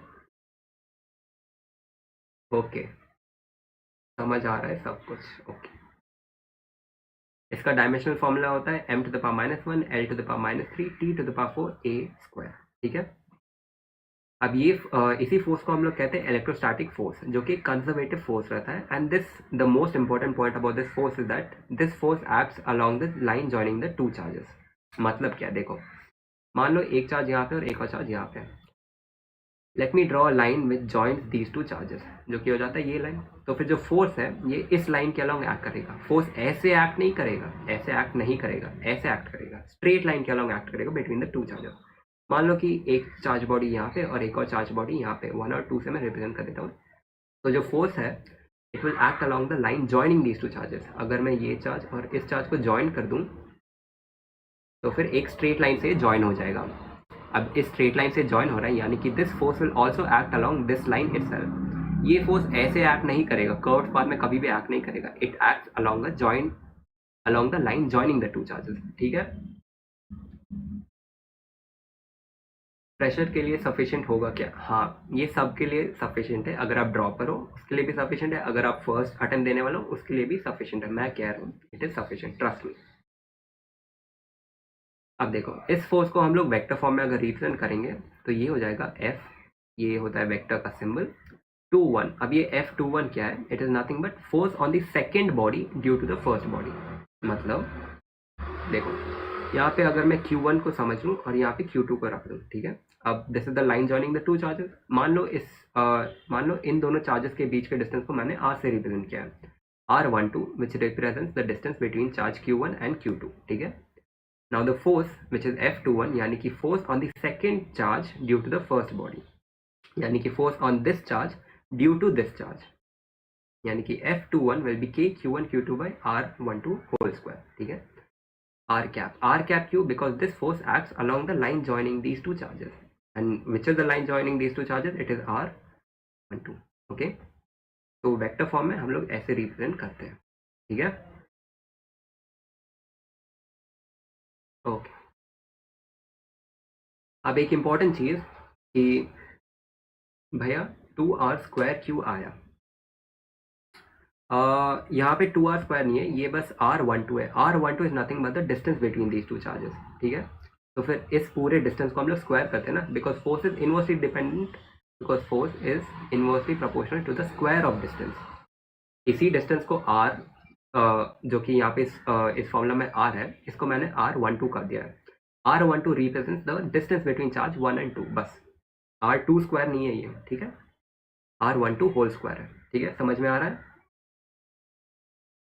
अब एक इम्पॉर्टेंट चीज़, F21 is equal to negative of F12। इसका मतलब क्या है? मान लो मेरे पास दो चार्ज बॉडी है, charge A, body A and body B। ठीक है, अब इन दोनों के let me say that this is first body and this is the second body. Okay, now F21 जो कि होगा force on the second body due to the first body. ठीक है, यानी कि force on body B due to body A। Okay, this is F21, it is equal to negative of F12। अब F12 क्या है? It is force on the first body due to the second body, यानी कि force on body A due to body B। अब अगर मैं magnitude wise यहाँ पे रिप्रेजेंट करूँ तो F21 होगा K Q1 Q2 by R²। ठीक है, अब F12 क्या होगा? Force on the first body due to the second body, जो कि वापस से होगा K Q1 Q2 by R²। Magnitude में तो कोई अंतर नहीं है, ठीक है, magnitude K Q1 Q2 by R², K Q1 Q2 by R², magnitude दोनों का सेम है।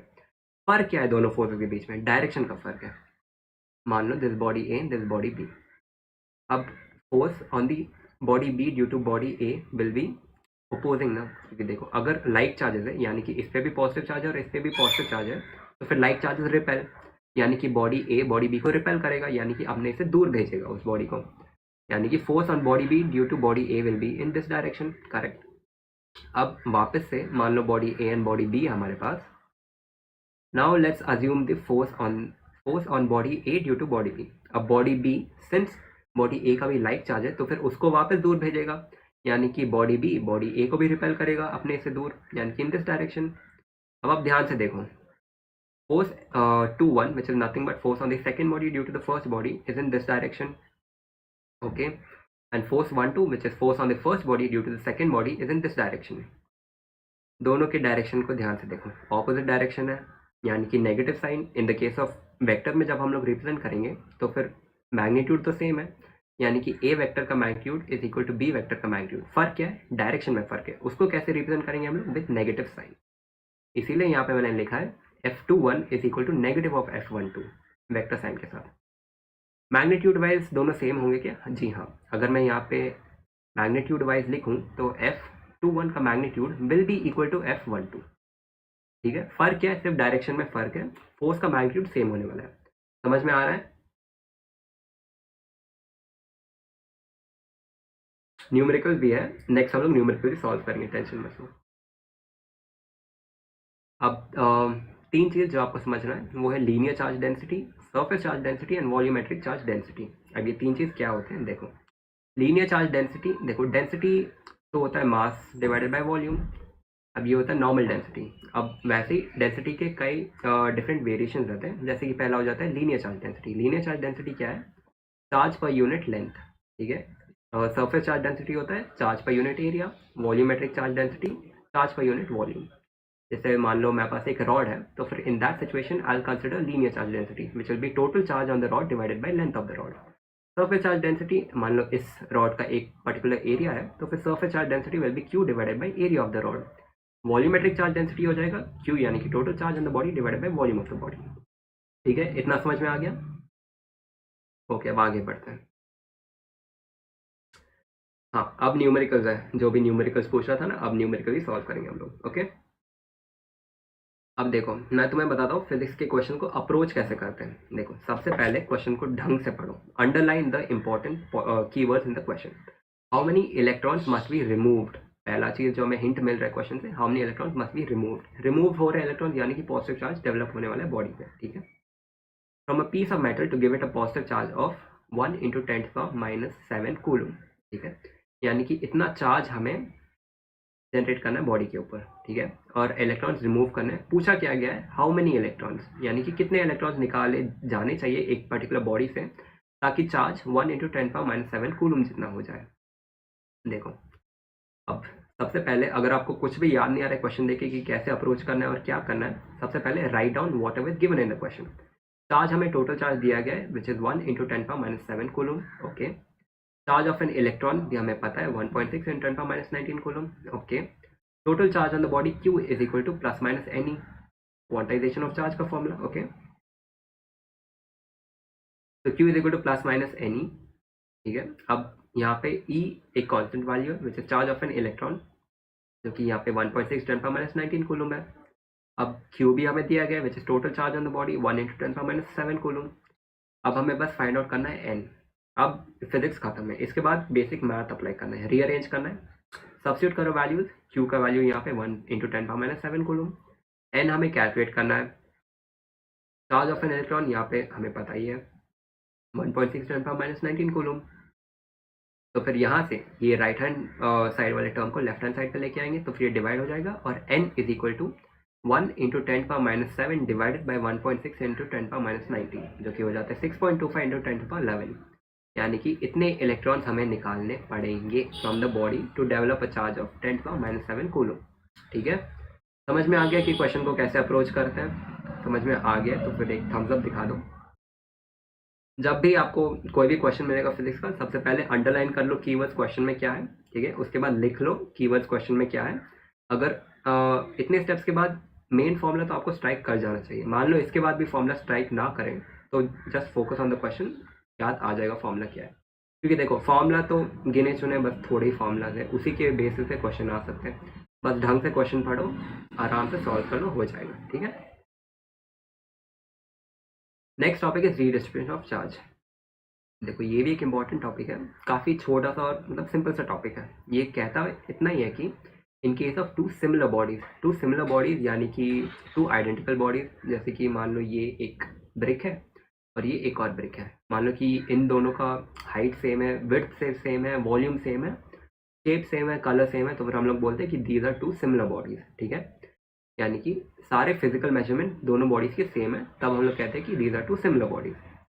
अब रीडिस्ट्रीब्यूशन ऑफ चार्ज ये कहता है कि in case of two similar bodies kept in contact then separated, then the charge gets redistributed until equal. This is nothing but very similar to the method of conduction, जहाँ पे दो charge bodies को contact में लाके वापस हम लोग separate करते थे ना, उस सिचुएशन में भी दो सिमिलर चार्ज थे, आई मीन दो सिमिलर बॉडीज थे।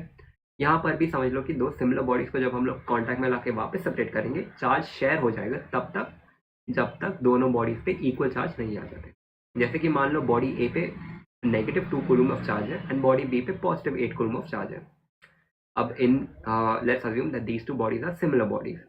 जब हम इन दोनों बॉडीज को सेपरेट कर देंगे तो होगा क्या, रीडिस्ट्रीब्यूशन ऑफ चार्ज होगा। कांटेक्ट में लाके हम लोग सेपरेट कर रहे हैं, तो फिर से सिमिलर बॉडीज है, चार्ज तब तक शेयर होगा जब तक इक्वल अमाउंट ऑफ चार्ज ना हो दोनों बॉडीज में।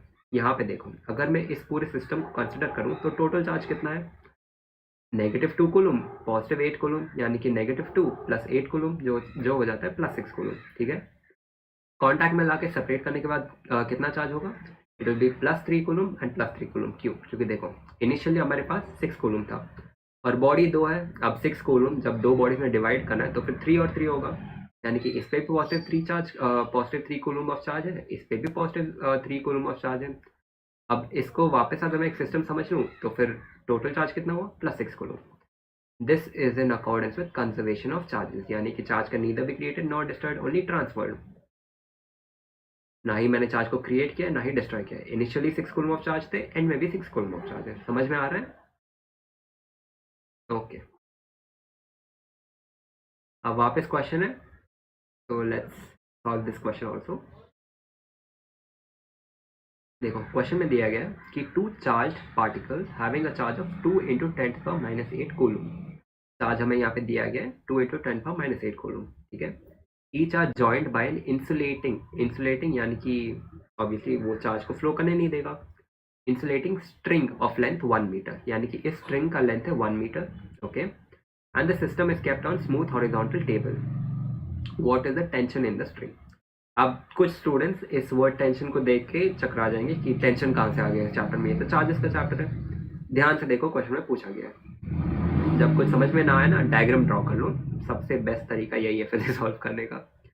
हमें कहा यह गया है कि इनिशियली हमारे पास दो चार्ज बॉडीज हैं। ठीक है, this is let's assume body 1 and this is body 2। अब इन दोनों को एक इंसुलेटिंग स्ट्रिंग से कनेक्ट किया गया है। ठीक है, अब जब अब सिंस ये दो चार्ज बॉडीज हैं, लाइक चार्ज बॉडीज हैं, तो फिर रिपल्शन होगा, यानी कि ये बॉडीज एक दूसरे से रिपेल करना चाहेंगे, यानी कि एक दूसरे से दूर जाना चाहेंगे। सिंस ये इस साइड जाना चाहेगा और ये इस साइड जाना चाहेगा, तो फिर ये स्ट्रिंग क्या होगा, स्ट्रेच होगा। सिंस ये स्ट्रिंग स्ट्रेच हो रहा है तो फिर इसमें क्या होगा, टेंशन डेवलप होगा। अब वही टेंशन को हमें कैलकुलेट करना है। अब देखो टेंशन क्या है, एक तरह का फोर्स है।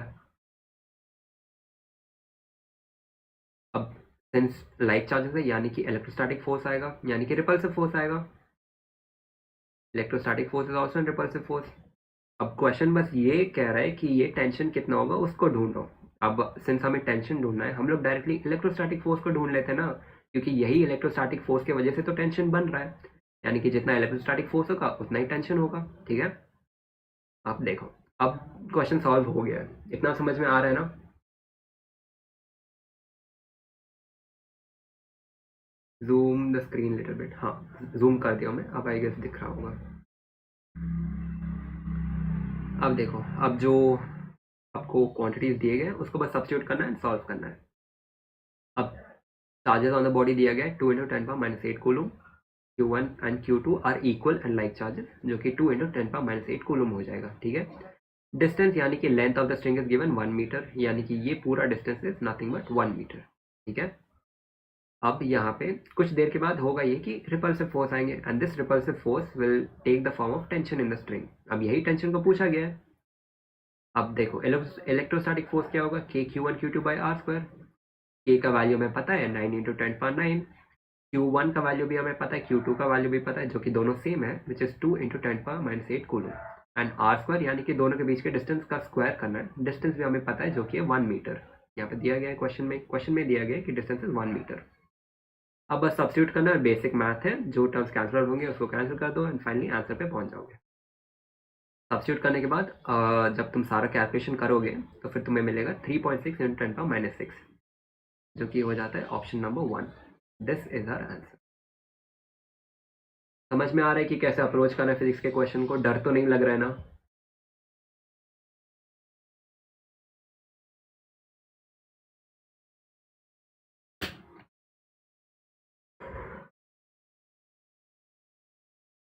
अब बढ़ते हैं नेक्स्ट क्वेश्चन पे। अब नेक्स्ट क्वेश्चन ये कह रहा है कि two charge spheres separated at a distance R exert a force F on each other.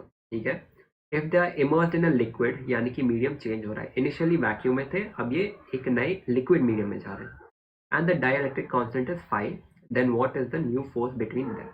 ठीक है, अब देखो वो ये रहा है कि इनिशियली दो चार्ज बॉडीज है, डिस्टेंस आर है इन दोनों के बीच में, and these bodies are in vacuum. ठीक है, अब इस पूरे सिस्टम को हम लोगों ने लेके एक लिक्विड में ट्रांसफर कर दिया जिसका डाइलेक्ट्रिक कांस्टेंट है 5। ठीक है, सिंस इसका डाइलेक्ट्रिक कांस्टेंट 5 है और ये एक नया मीडियम हो जाता है, यानी कि इनिशियली जब हम लोग एप्सिलॉन नॉट यूज़ करेंगे फॉर्मूला में वैक्यूम के लिए, इस मीडियम के फॉर्मूला में हम लोग एप्सिलॉन यूज़ करेंगे, क्योंकि मीडियम चेंज हो रहा है, वैक्यूम तो है नहीं। अब देखो मैंने कहा था ना कि डाइलेक्ट्रिक कांस्टेंट वाले टर्म को मैं आगे एक्सप्लेन करूंगा, तो फिर देखो डाइलेक्ट्रिक कांस्टेंट होता क्या है, it is nothing but the ratio between epsilon and epsilon naught, यानी कि permittivity of a medium divided by permittivity of vacuum ही होता है डाइलेक्ट्रिक कांस्टेंट। मान लो इस मीडियम का डाइलेक्ट्रिक कांस्टेंट 5 है। ठीक है, सिंस इसका डाइलेक्ट्रिक कांस्टेंट 5 है, यानी कि 5 is equal to epsilon divided by epsilon naught. Okay, यानी कि एप्सिलॉन या फिर परमिटिविटी ऑफ द मीडियम हो जाएगा, इसको वापस रीअरेंज कर दो तो epsilon is equal to 5 into epsilon naught. Perfect, समझ में आ रहा है? ओके, हाँ आंसर सही है, एफ बाई 5 करेक्ट आंसर। अब मैं बता देता हूँ कि कैसे हम लोग पहुंचे उस आंसर तक। अब देखो, तो फिर epsilon is equal to 5 into epsilon naught, यानी कि 5 nothing but the dielectric constant. ठीक है, तो फिर देखो इनिशियली फोर्स जब हम लोग कैलकुलेट करेंगे F1 वो होगा K into Q one Q two by R square. अब सेकेंड मीडियम के लिए होगा K2 into Q one Q two by R square. ठीक है, अब K में क्या डिफरेंट होगा इन लिक्विड मीडियम, यहाँ पे 1/4 पाई एप्सिलॉन नॉट होगा और यहाँ पे 1/4 पाई एप्सिलॉन होगा, और एप्सिलॉन का वैल्यू कितना है वो हमने यहाँ पे कैलकुलेट कर लिया, which is 5 into epsilon not. अब बस सब्स्टिट्यूट करो और कॉमन टर्म्स को कैंसिल आउट कर दो, आंसर तक पहुंच जाओगे। F2 हो जाएगा हमारा, आई गेस राइट साइड का स्क्रीन में दिख रहा है भैया, मुझे कॉन्सेप्ट सारा समझ में आता है, पता नहीं क्वेश्चन देखकर डर लगने लगता है, बर्नआउट हो जाता है, प्लीज गिव योर सजेशन। देखो अगर तुम्हें क्वेश्चन देख के बर्नआउट होता है ना, सबसे पहला चीज बर्नआउट तुम्हें तब होगा when you are continuously studying something and then again you go on to study something new. ठीक है, तो फिर उसके लिए सबसे बेस्ट सजेशन है कि टेक अ पर्टिकुलर सब्जेक्ट, जैसे तुम केमिस्ट्री पढ़ रहे हो तो स्टडी इट फॉर 2 आवर्स, उसके बाद कुछ देर का ब्रेक लो, जैसे 45 मिनट्स का ब्रेक हो गया, उसके बाद तुम नेक्स्ट सब्जेक्ट पे जंप करो। अगर तुम्हें एक पर्सनल सजेशन चाहिए तो फिर मैं बस ये कहूँगा कि फिजिक्स के क्वेश्चन जो है ना उसको हमेशा रात में प्रैक्टिस करो, क्योंकि जब रात में प्रैक्टिस करते हो ना तब थोड़ा माइंड ज़्यादा क्लियर रहता है जब हम न्यूमेरिकल्स प्रैक्टिस करते हैं। जब तुम थ्योरी पढ़ोगे उससे तुम सुबह में पढ़ना। ठीक है, ओके। अब यहाँ पे epsilon equal to 5 epsilon naught, ये तो हमने कैलकुलेट कर लिया था। अब बस F2 हो जाएगा 1/4 pi epsilon Q1 Q2 by R square. Epsilon को हमें सब्स्टिट्यूट करना है, विच इज 5 एप्सिलॉन नॉट। यहाँ पे सब्स्टिट्यूट हम लोग कर देंगे, तो फिर यहाँ से देखो ये पूरा टर्म पे अगर तुम फोकस करोगे तो नथिंग बट F1, यानी कि F2 is equal to F1 divided by 5। तो हम लोग आंसर के पास पहुंच गए। ठीक है, okay, let's move on to the next topic, जो कि है मल्टीपल चार्ज सिचुएशन। अब मल्टीपल चार्ज सिचुएशन क्या है? देखो अब तक हम लोग बस 2 चार्ज को कंसिडर करके फोर्स कैलकुलेट करते थे, अब हम लोग मल्टीपल चार्ज को लेंगे। अब 2 से ज़्यादा चार्ज को लेंगे, जैसे 3 हो गया फिर 4 हो गया। एक चीज़ जो आपको याद रखना है, force is a vector quantity, यानी कि मान लो एक वेक्टर इस डायरेक्शन में और सेकेंड वेक्टर इस डायरेक्शन में, तो फिर इन दोनों का रिजल्टेंट क्या होगा, it will be in this direction, ठीक है। मान लो एक वेक्टर इस डायरेक्शन में और एक वेक्टर इस डायरेक्शन में, तो इन दोनों का resultant will be in this direction, okay. वैसे ही in the case of multiple charge situation also, मान लो हमारे पास एक स्टैंडर्ड चार्ज है कैपिटल Q और कुछ अलग चार्ज है Q1, Q2 एंड Q3, ठीक है। तो फिर what will be the force on this charge Q due to these three charges, vector addition. हम लोग वेक्टर एडिशन करेंगे, कैसे, देखो हमें इतना तो पता है कि force acts along a line joining the straight line joining the two charges. Individual vector को कंसिडर करो, उसके बाद एडिशन कर लो, ठीक है। यानी कि F1 यानी कि first force on charge capital Q due to Q1 will be in this direction, ठीक है। This is the force F1. F2 will be between will be acting along this line, okay, यानी कि ये blue वाला line, and F3 will act along this arrow, ठीक है। अब हमें नेट फोर्स अगर कैलकुलेट करना है तो फिर इन तीनों वेक्टर्स का एडिशन करना है। अगर हम इन तीनों के वेक्टर को ऐड कर देंगे तो फिर अल्टीमेटली हमें सोल्यूशन मिलेगा इन दिस डायरेक्शन, जो कि मैंने येलो वेक्टर से रिप्रेजेंट किया है। तो फिर हमें बस ये करना है कि when multiple charges are present then the net force on a body is the vector sum of all the charges, यानी कि it is the vector sum of all the individual forces. Vector sum है, ठीक है, algebraic सम मत कर देना, ठीक है। How to overcome physics phobia, the simple answer is face the phobia. जितना डर लगता है ना फिजिक्स से, उतना ही देखो स्टार्टिंग में होगा ये ना कि जब तुम फिजिक्स सॉल्व करना स्टार्ट करोगे ना, जब तुम क्वेश्चन सॉल्व करना एक्चुअली स्टार्ट करोगे, तो फिर स्टार्टिंग के क्वेश्चन नहीं बनेंगे। ऑनेस्टली बोल रहा हूँ, स्टार्टिंग के 10 क्वेश्चन, 20 क्वेश्चन, 25 क्वेश्चन नहीं बनेंगे। इट्स टोटली फाइन, क्योंकि ये जो टाइम पीरियड है ना अभी तुम्हारा टिल नीट 2025 जो कि मई में होने वाला है, इस टाइम पीरियड में मैं कहूँगा टिल दिसंबर जितने गलतियाँ हो सकती है उतने गलतियाँ कर लो और उन गलतियों से सीखो। यानी कि मान लो इस पूरे टाइम पीरियड में तुमने लेट्स से 1000 क्वेश्चन प्रैक्टिस किया, उनमें से 500 गलत होंगे और 500 सही होंगे, ठीक है। अब ऐसा नहीं है कि इन 500 क्वेश्चन को छोड़ दो, देखो कि क्या गलत हुआ इन 500 क्वेश्चन में एंड इम्प्रूव ऑन देम। तो फिर अल्टीमेटली होगा ये कि नीट के कुछ लेट्स से 3 मंथ्स पहले जब तुम फिजिक्स के क्वेश्चन अटेम्प्ट करोगे ना, तो फिर तुम वापस उन मिस्टेक्स को रिपीट नहीं करोगे, क्योंकि ये मिस्टेक्स तुम्हारे माइंड में प्रिंट हो चुके हैं कि इस स्टेप में मैंने गलती किया था, नेक्स्ट टाइम जब ये सेम क्वेश्चन आएगा तब मैं ये मिस्टेक नहीं करूंगा। क्वेश्चन सॉल्व करते जाओ करते जाओ करते जाओ, बस that's the only way to improve in physics. Starting के क्वेश्चन नहीं बनेंगे, मैं अभी ऑनेस्टली कह रहा हूँ कि स्टार्टिंग में क्वेश्चन नहीं बनेंगे। उसको तुम करते जाओ and slowly you start improving. फिर जब धीरे धीरे इम्प्रूवमेंट होगा ना, एंड तक सारे क्वेश्चन बन जाएंगे, ऑनेस्टली बोल रहा हूँ मैं, ओके। फिजिक्स फोबिया का सेम है, बस हेड ऑन फेस करना है इस पूरे फोबिया को, क्वेश्चन सॉल्व करो। स्टार्टिंग के नहीं बनेंगे, नो प्रॉब्लम। ऐसा नहीं है कि स्टार्टिंग में ही सब लोग हीरो रहते हैं, सब लोग एक सर्टेन लेवल पे स्टार्ट करते हैं। We all start at some level and then we keep on improving and then we reach our top level, ठीक है। तो हमेशा don't be scared of physics, starting में नहीं बनेंगे, दिस टोटली नॉर्मल, मेरे से भी नहीं हो रहा था। भैया are you a NEET aspirant या एमबीबीएस? भाई मैं एमबीबीएस में हूँ, मैं नीट एस्पिरेंट नहीं हूँ, मैं नीट एस्पिरेंट था, ठीक है। अब वापस टॉपिक पे आते हैं, मल्टीपल चार्ज सिचुएशन। तो फिर just do the vector addition of multiple vectors, ठीक है। यानी कि इस सिचुएशन में मान लो एक फोर्स इस डायरेक्शन में, दूसरा फोर्स इस डायरेक्शन में, तो फिर नेट फोर्स क्या रहेगा, it will be in this direction. Vector addition करना है, मल्टीपल वेक्टर्स होंगे, इंडिविजुअल वेक्टर्स को कंसिडर करो और वेक्टर सम ले लो, ठीक है। शॉर्ट नोट्स के लिए टिप्स, देखो फिजिक्स में अगर तुम्हें इंप्रूव करना है तो शॉर्ट नोट्स सिर्फ फॉर्मूला के बेसिस पे तुम बना सकते हो, या फिर कुछ फिल इन द ब्लैंक्स होंगे एनसीईआरटी से, उसके बेसिस पे तुम बना सकते हो, ठीक है। अब fill in the blanks NCERT से बाहर आएंगे नहीं, अगर क्वेश्चन आ रहे नहीं थे तो वो एनसीईआरटी से ही आएंगे, जो कि आगे हम लोग सीरीज लॉन्च करेंगे एनसीईआरटी के लिए भी, आप टेंशन मत लो, ठीक है। और उसके बाद जो भी गलत होंगे ना क्वेश्चन, ये फाइनाइट क्वेश्चन जो गलत होंगे ना, इनको कहीं पे लिख लो, ठीक है, ताकि एंड में जब तुम वापस रिवाइज करोगे, just go through these 500 question जहाँ तुमने गलती किए थे, उसके बाद तुम ये वापस सेम मिस्टेक नहीं करोगे, ठीक है। भैया मुझे फिजिक्स बहुत हार्ड लगता है, कुछ ट्रिक्स बता दो। सारे प्रॉब्लम्स का एक ही सोल्यूशन है, question practice, face the fear.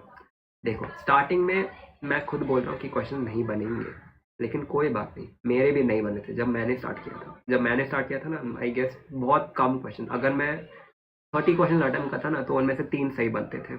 लेकिन मैंने इतना क्वेश्चन प्रैक्टिस किया कि एंड में 30 में से एटलीस्ट 29 तो सही रहते थे।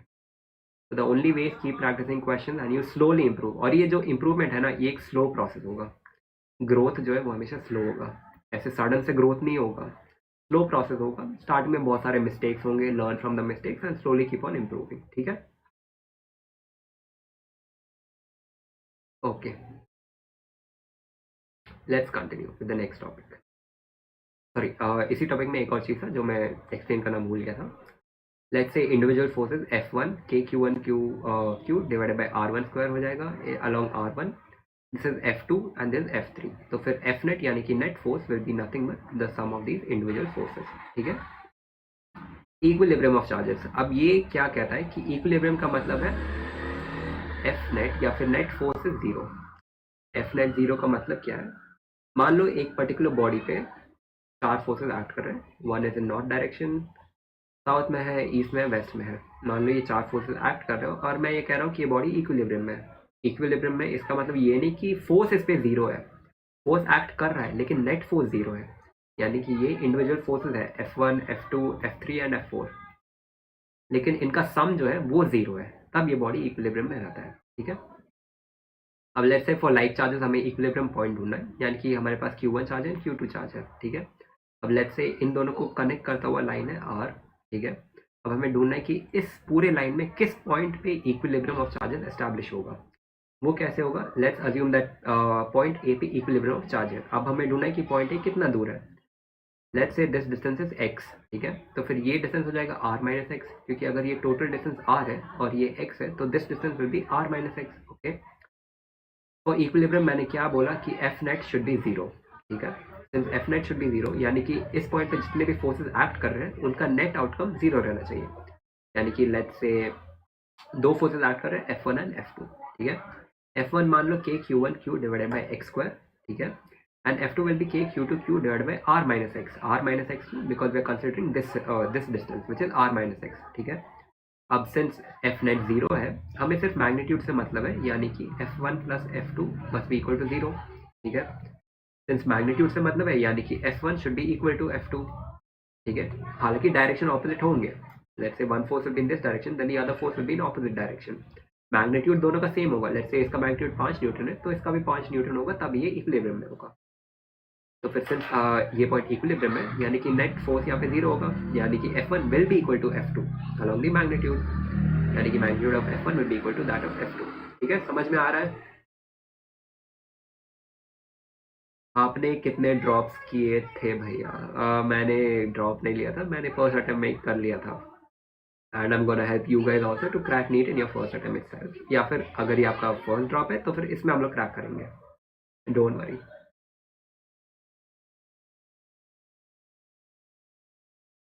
अब एक इंपॉर्टेंट पॉइंट है, the net force at the centre of a symmetric polygon is zero. Force ही नहीं, इलेक्ट्रिक फील्ड भी जीरो होता है, जो हम लोग आगे पढ़ेंगे। इसका मतलब क्या है?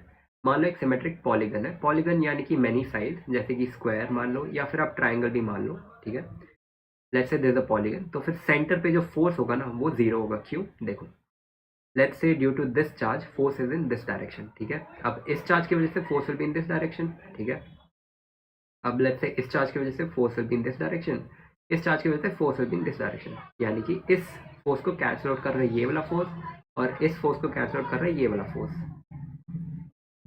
ठीक है, यानी कि अगर मैं यहाँ पे एक और फोर्स बना दूँ तो यहाँ पे एक और फोर्स है जो कि उसके एग्जैक्ट ऑपोजिट है और सेम मैग्नीट्यूड का है। सेम मैग्नीट्यूड का ऑपोजिट डायरेक्शन में, तो फिर फोर्स तो वेक्टर है, यानी कि दो वेक्टर है जो कि ऑपोजिट डायरेक्शन में, यानी कि रिजल्टेंट जीरो होने वाला है। यानी कि कुल मिला के सेंटर पे फोर्स जीरो होगा। सेम सिचुएशन में मान लो यहाँ पे फर्स्ट फोर्स ऐसे एक्ट करेगा, सेकेंड फोर्स ऐसे, थर्ड ऐसे और फोर्थ ऐसे। इसको ये कैंसिल कर रहा है और इसको ये कैंसिल कर रहा है, सेंटर पे एफ नेट जीरो होगा।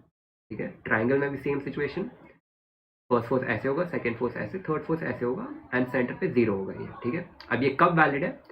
When equal charges are placed at the corner, यानी कि मान लो इस कॉर्नर पे Q चार्ज है, इधर भी Q चार्ज है, इधर भी Q चार्ज है। ऐसा नहीं कि यहाँ पे Q चार्ज है, यहाँ पे 5Q चार्ज है, यहाँ पे 6Q चार्ज है। In this situation the force at the centre will not be zero. Force centre पे जीरो कब होगा? जब सारे वर्टेक्स पे इक्वल चार्ज प्लेस्ड है and same nature of charge also. ठीक है, विल क्लास बी टिल 8? नहीं, 8 के पहले ही हम लोग क्लास एंड कर देंगे, टेंशन मत लेना, ठीक है। 8 o'clock तक हम लोग एक्सटेंड नहीं करेंगे, 8 o'clock के पहले ही हम लोग ख़त्म कर देंगे क्लास। तो बस और 15-20 मिनट पढ़ाने वाला हूँ, उसके बाद ख़त्म कर देंगे आज का क्लास, ठीक है। लास्ट टॉपिक आज के क्लास का वो होने वाला है इलेक्ट्रिक फील्ड। अब देखो इलेक्ट्रिक फील्ड क्या है। फील्ड होता है रीजन ऑफ स्पेस, जैसे कि जब तुम कहते हो क्रिकेट फील्ड, तो फिर तुम्हारा मेन पिच होता है और इस पिच के पास एक फील्ड होता है। सिमिलर केस में इन the case of electric charges, let's say ये हमारा इलेक्ट्रिक चार्ज है, तो इसके आसपास भी एक फील्ड रहने वाला है। वो फील्ड कैसे होगा, इस चार्ज के आसपास रहेगा, ठीक है, स्प्रेड होगा इस चार्ज के आसपास। तो फिर electric field is the space around a charge in which another charge experiences its effect of force. अब मान लो ये मेरा चार्ज है जिसके आसपास इलेक्ट्रिक फील्ड ऐसे बन रहा है, ठीक है। सिंस इस चार्ज के पास इलेक्ट्रिक फील्ड बन रहा है, अगर मैं एक और चार्ज Q1 को लेके इस फील्ड के प्रेजेंस में ला दूँ, तो फिर Q1 के ऊपर इलेक्ट्रिक इफेक्ट्स होंगे। कौन से इलेक्ट्रिक इफेक्ट, जब मैंने स्टार्टिंग डेफिनेशन में बताया था कि चार्ज की वजह से इलेक्ट्रिक एंड मैग्नेटिक इफेक्ट्स होते हैं। इलेक्ट्रिक इफेक्ट क्या था, it is the effect due to the electric field. इसी इलेक्ट्रिक फील्ड की वजह से इफेक्ट है, ठीक है। अगर मैं कोई भी चार्ज को एक रीजन में लेके आ जाऊँ, कौन से रीजन में, इलेक्ट्रिक फील्ड के रीजन में, तो फिर उसके ऊपर कुछ इफेक्ट होंगे। कैसे इफेक्ट, उसके ऊपर एक फोर्स एक्ट करेगा। वो कितना होगा फोर्स, मैं बताता हूँ। इलेक्ट्रिक फील्ड का फॉर्मूला होता है K/Q/r², ठीक है। Q is the charge producing the electric field और force experienced by a charge in electric field will be EQ। यानी कि मान लो this is the charge Q producing the electric field, ठीक है। Let's assume this is the electric field. मान लो यहाँ पे एक और चार्ज है Q, ठीक है। तो फिर Q पे कितना फोर्स होगा due to the electric field generated by capital Q charge, that is EQ। यानी कि इस इलेक्ट्रिक फील्ड का मैग्नीट्यूड इनटू इस चार्ज का मैग्नीट्यूड। तो F is equal to EQ, this is the force experienced by the charge small q, ठीक है। And electric field is KQ/r², ठीक है। समझ में आ रहा है भैया। हम प्रैक्टिस स्टार्ट कैसे करें प्लीज। अगर तुम्हें प्रैक्टिस करना ही है तो फिर देखो, ऐप पे तुम्हें DPP मिल जाएंगे आज के क्लास के बाद, ठीक है। तो फिर DPP डाउनलोड करो, वहाँ पे तुम्हें 20 क्वेश्चन मिल जाएंगे। उन 20 क्वेश्चन को अटेम्प्ट करो। जो भी टॉपिक मैं पढ़ा रहा हूँ उसी के ऊपर वो क्वेश्चन है, ठीक है। उन क्वेश्चन को अटेम्प्ट करो, उसके बाद पहले उन 20 क्वेश्चन को अटेम्प्ट करो आज रात के लिए, ठीक है। फिर अगले क्लास में जब हम लोग मिलेंगे तब मैं फर्दर बताऊंगा कि आगे कैसे प्रोसीड करना है क्वेश्चन प्रैक्टिस के साथ, ठीक है। अब एक और इम्पॉर्टेंट पॉइंट, पॉजिटिव चार्ज से जो इलेक्ट्रिक फील्ड रहता है ना, दैट इज रेडियली आउटवर्ड। यानी कि पॉजिटिव चार्ज से electric field will be in outside direction, outward. And negative charge में the electric field will be inward direction में, ठीक है। यानी कि ये हमारा पॉजिटिव चार्ज है and electric field is outward, और ये हमारा नेगेटिव चार्ज है and electric field is inward, ठीक है। ये हमारा पॉजिटिव चार्ज है, electric field is outward, negative charge electric field is inward, ठीक है। ओके, समझ में आ रहा है, ठीक है। अब आगे बढ़ते हैं। अब इस इलेक्ट्रिक फील्ड में होता क्या है, इलेक्ट्रिक फील्ड में होता है इलेक्ट्रिक फील्ड लाइंस। जैसे कि ये अगर मेरा चार्ज है तो फिर मैंने कहा था कि इसके आसपास एक इलेक्ट्रिक फील्ड जनरेट होगा। अब ये क्या है, ये जो लाइंस मैं बना रहा हूँ ना, इन्हीं को कहते हैं electric field lines. Positive charge के लिए electric field lines are directed outward, negative charge के लिए electric field lines are directed inward, ठीक है।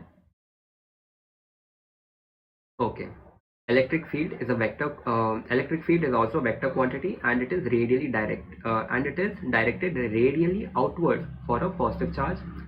Same electric field is a vector quantity directed inward for a negative charge. Electric field and force on a charge depend on the distance of the charge from the source producing it, ठीक है। मान लो अगर यहाँ पे एक positive charge है और इसका इलेक्ट्रिक फील्ड रेडियली आउटवर्ड है, मान लो एक चार्ज को मैं यहाँ पे रख रहा हूँ और एक और चार्ज को मैं यहाँ पे रख रहा हूँ। इस चार्ज के ऊपर फोर्स ज्यादा रहेगा और इस चार्ज के ऊपर फोर्स कम रहेगा। क्यों, क्योंकि इलेक्ट्रिक फील्ड इस पॉइंट पे ज्यादा रहेगा और इस पॉइंट पे कम रहेगा। ये इलेक्ट्रिक फील्ड का फॉर्मूला क्या है, KQ/r², यानी कि electric field is also dependent on the distance square inversely. यानी कि डिस्टेंस बढ़ाएंगे तो फिर इलेक्ट्रिक फील्ड का जो मैग्नीट्यूड है वो कम होगा, ठीक है। समझ में आ रहा है। How to read physics NCERT। NCERT के लिए हम लोग एक स्पेशल सीरीज शिव बैच के बाद लॉन्च करेंगे जहाँ पे हम लोग इन डिटेल NCERT पढ़ेंगे, तो वहाँ पे मैं कवर करवा दूंगा, टेंशन मत लेना। अब नेक्स्ट है इलेक्ट्रिक फील्ड लाइन की प्रॉपर्टीज। कुछ प्रॉपर्टीज है इलेक्ट्रिक फील्ड लाइन की, वो हम लोग पढ़ लेते हैं। The tangent at any point gives the direction of electric field at that point. यानी कि मान लो ये हमारा एक चार्ज है, ठीक है, जहाँ से इलेक्ट्रिक फील्ड लाइन है, ठीक है। अब मान लो इलेक्ट्रिक फील्ड लाइन ऐसे, अगर मैं किसी भी पॉइंट पे एक टैंजेंट बना दूं, tangent is nothing but a straight line passing through that point, ठीक है। इस पॉइंट पे अगर मैं एक टैंजेंट बना दूं तो फिर इस पॉइंट पे electric field is in this direction, ठीक है।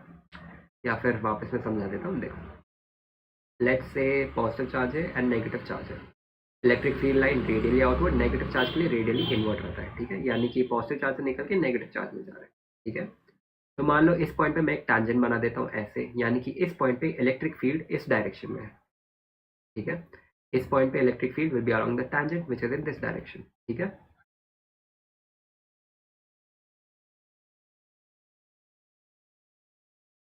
भैया आप बहुत अच्छा पढ़ा रहे हो, बट एक बात पूछना है, ये पढ़ाने में टीचर्स को काफ़ी दिन लग जाते हैं, मिनिमम 5 लेक्चर्स, बट आप 2 लेक्चर में ही करवा रहे हो। आप कुछ टॉपिक स्किप करोगे क्या? देखो मैं तुम्हें गारंटी कर सकता हूँ कि मैं 2 लेक्चर लूँगा, ठीक है। अगर ज़रूरत पड़े तो मैक्सिमम हम लोग 3 लेक्चर में स्ट्रेच करेंगे।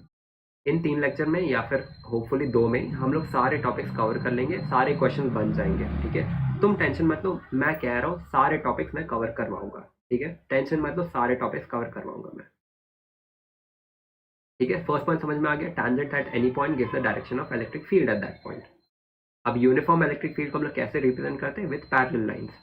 नॉन यूनिफॉर्म को विथ नॉन पैरेलल लाइंस, ठीक है।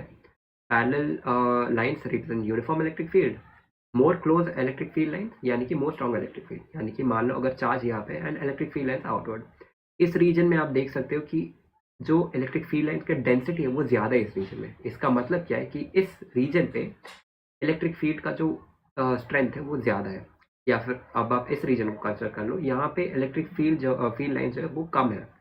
अब सिंस यहाँ पे कम है, यानी कि यहाँ पे इलेक्ट्रिक फील्ड का जो स्ट्रेंथ है वो भी कम है। यहाँ पे डेंसिटी ज़्यादा है यानी कि फील्ड ज़्यादा है, यहाँ पे डेंसिटी कम है यानी कि फील्ड कम है, ठीक है। Electric field line never form close loop, इसका मतलब ये इलेक्ट्रिक फील्ड लाइन ऐसे एक चार्ज से निकल के वापस इसी चार्ज में एक लूप नहीं बनाता है। एक इलेक्ट्रिक फील्ड लाइन एक चार्ज से निकल के दूसरे चार्ज पे टर्मिनेट होता है, जैसे पॉजिटिव चार्ज से निकलता है रेडियली आउटवर्ड और नेगेटिव चार्ज पे टर्मिनेट हो जाता है, यानी कि नेगेटिव चार्ज में एंटर कर जाता है। ये क्लोज लूप नहीं बना रहे, देखो ये लूप ओपन है, ये मान लो यहाँ से वापस ऐसे नहीं जा रहा है, क्लोज लूप कभी नहीं बनाता इलेक्ट्रिक फील्ड, ठीक है। Electric field inside a conductor is zero, ठीक है, ये हमेशा याद रखना, ठीक है।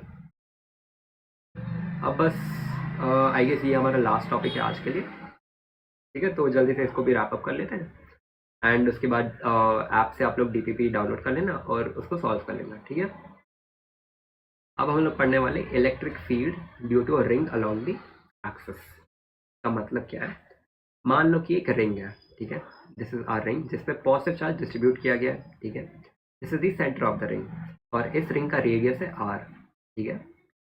Let's say this is the line along the axis of the ring, यानी कि मान लो if this is the ring, ठीक है, अगर ये मैं रिंग कंसिडर कर रहा हूँ तो फिर ये हो जाएगा उसका एक्सिस, और मुझे फाइंड आउट करना है electric field at this point, ठीक है। Along the axis find out करना है मुझे, तो उसे हम लोग कैसे कैलकुलेट करेंगे? देखो हमें ढूंढना है electric field due to the positively charge ring. मैं पहले डायग्राम में एक्सप्लेन कर देता हूँ, उसके बाद आपको डेरिवेशन समझ में आ जाएगा। डेरिवेशन क्या याद रखना है, डेरिवेशन याद नहीं रखना है, फाइनल फॉर्मूला याद रखना है, क्योंकि डेरिवेशन आपसे कोई नहीं पूछेगा। अगर आपको डेरिवेशन समझ में आ गया वेल एंड गुड, आप कभी भी फॉर्मूला भूलोगे नहीं, ठीक है। देखो यहाँ पे हमारे पास एक पॉजिटिव चार्ज रिंग है जिसपे पॉजिटिव चार्ज डिस्ट्रीब्यूट किया गया है, ओके, जिसका रेडियस आर है and this is the line along the axis, okay. Let's say this is point P, ठीक है। यहाँ पे हमें इलेक्ट्रिक फील्ड ढूंढना है। अब मान लो ये अगर आर है तो this distance along the axis is L. तो अब अगर हम लोग पाइथागोरस थ्योरम अप्लाई करेंगे आर एल, तो हाइपोटेन्यूज हो जाएगा under root L square plus R square, जो कि मैंने यहाँ पे इस डिस्टेंस को रिप्रेजेंट किया है। This distance is nothing but under root L square plus R square, ठीक है, ओके। अब नेक्स्ट मान लो कि ये एंगल थीटा है, यानी कि point P is making an angle theta,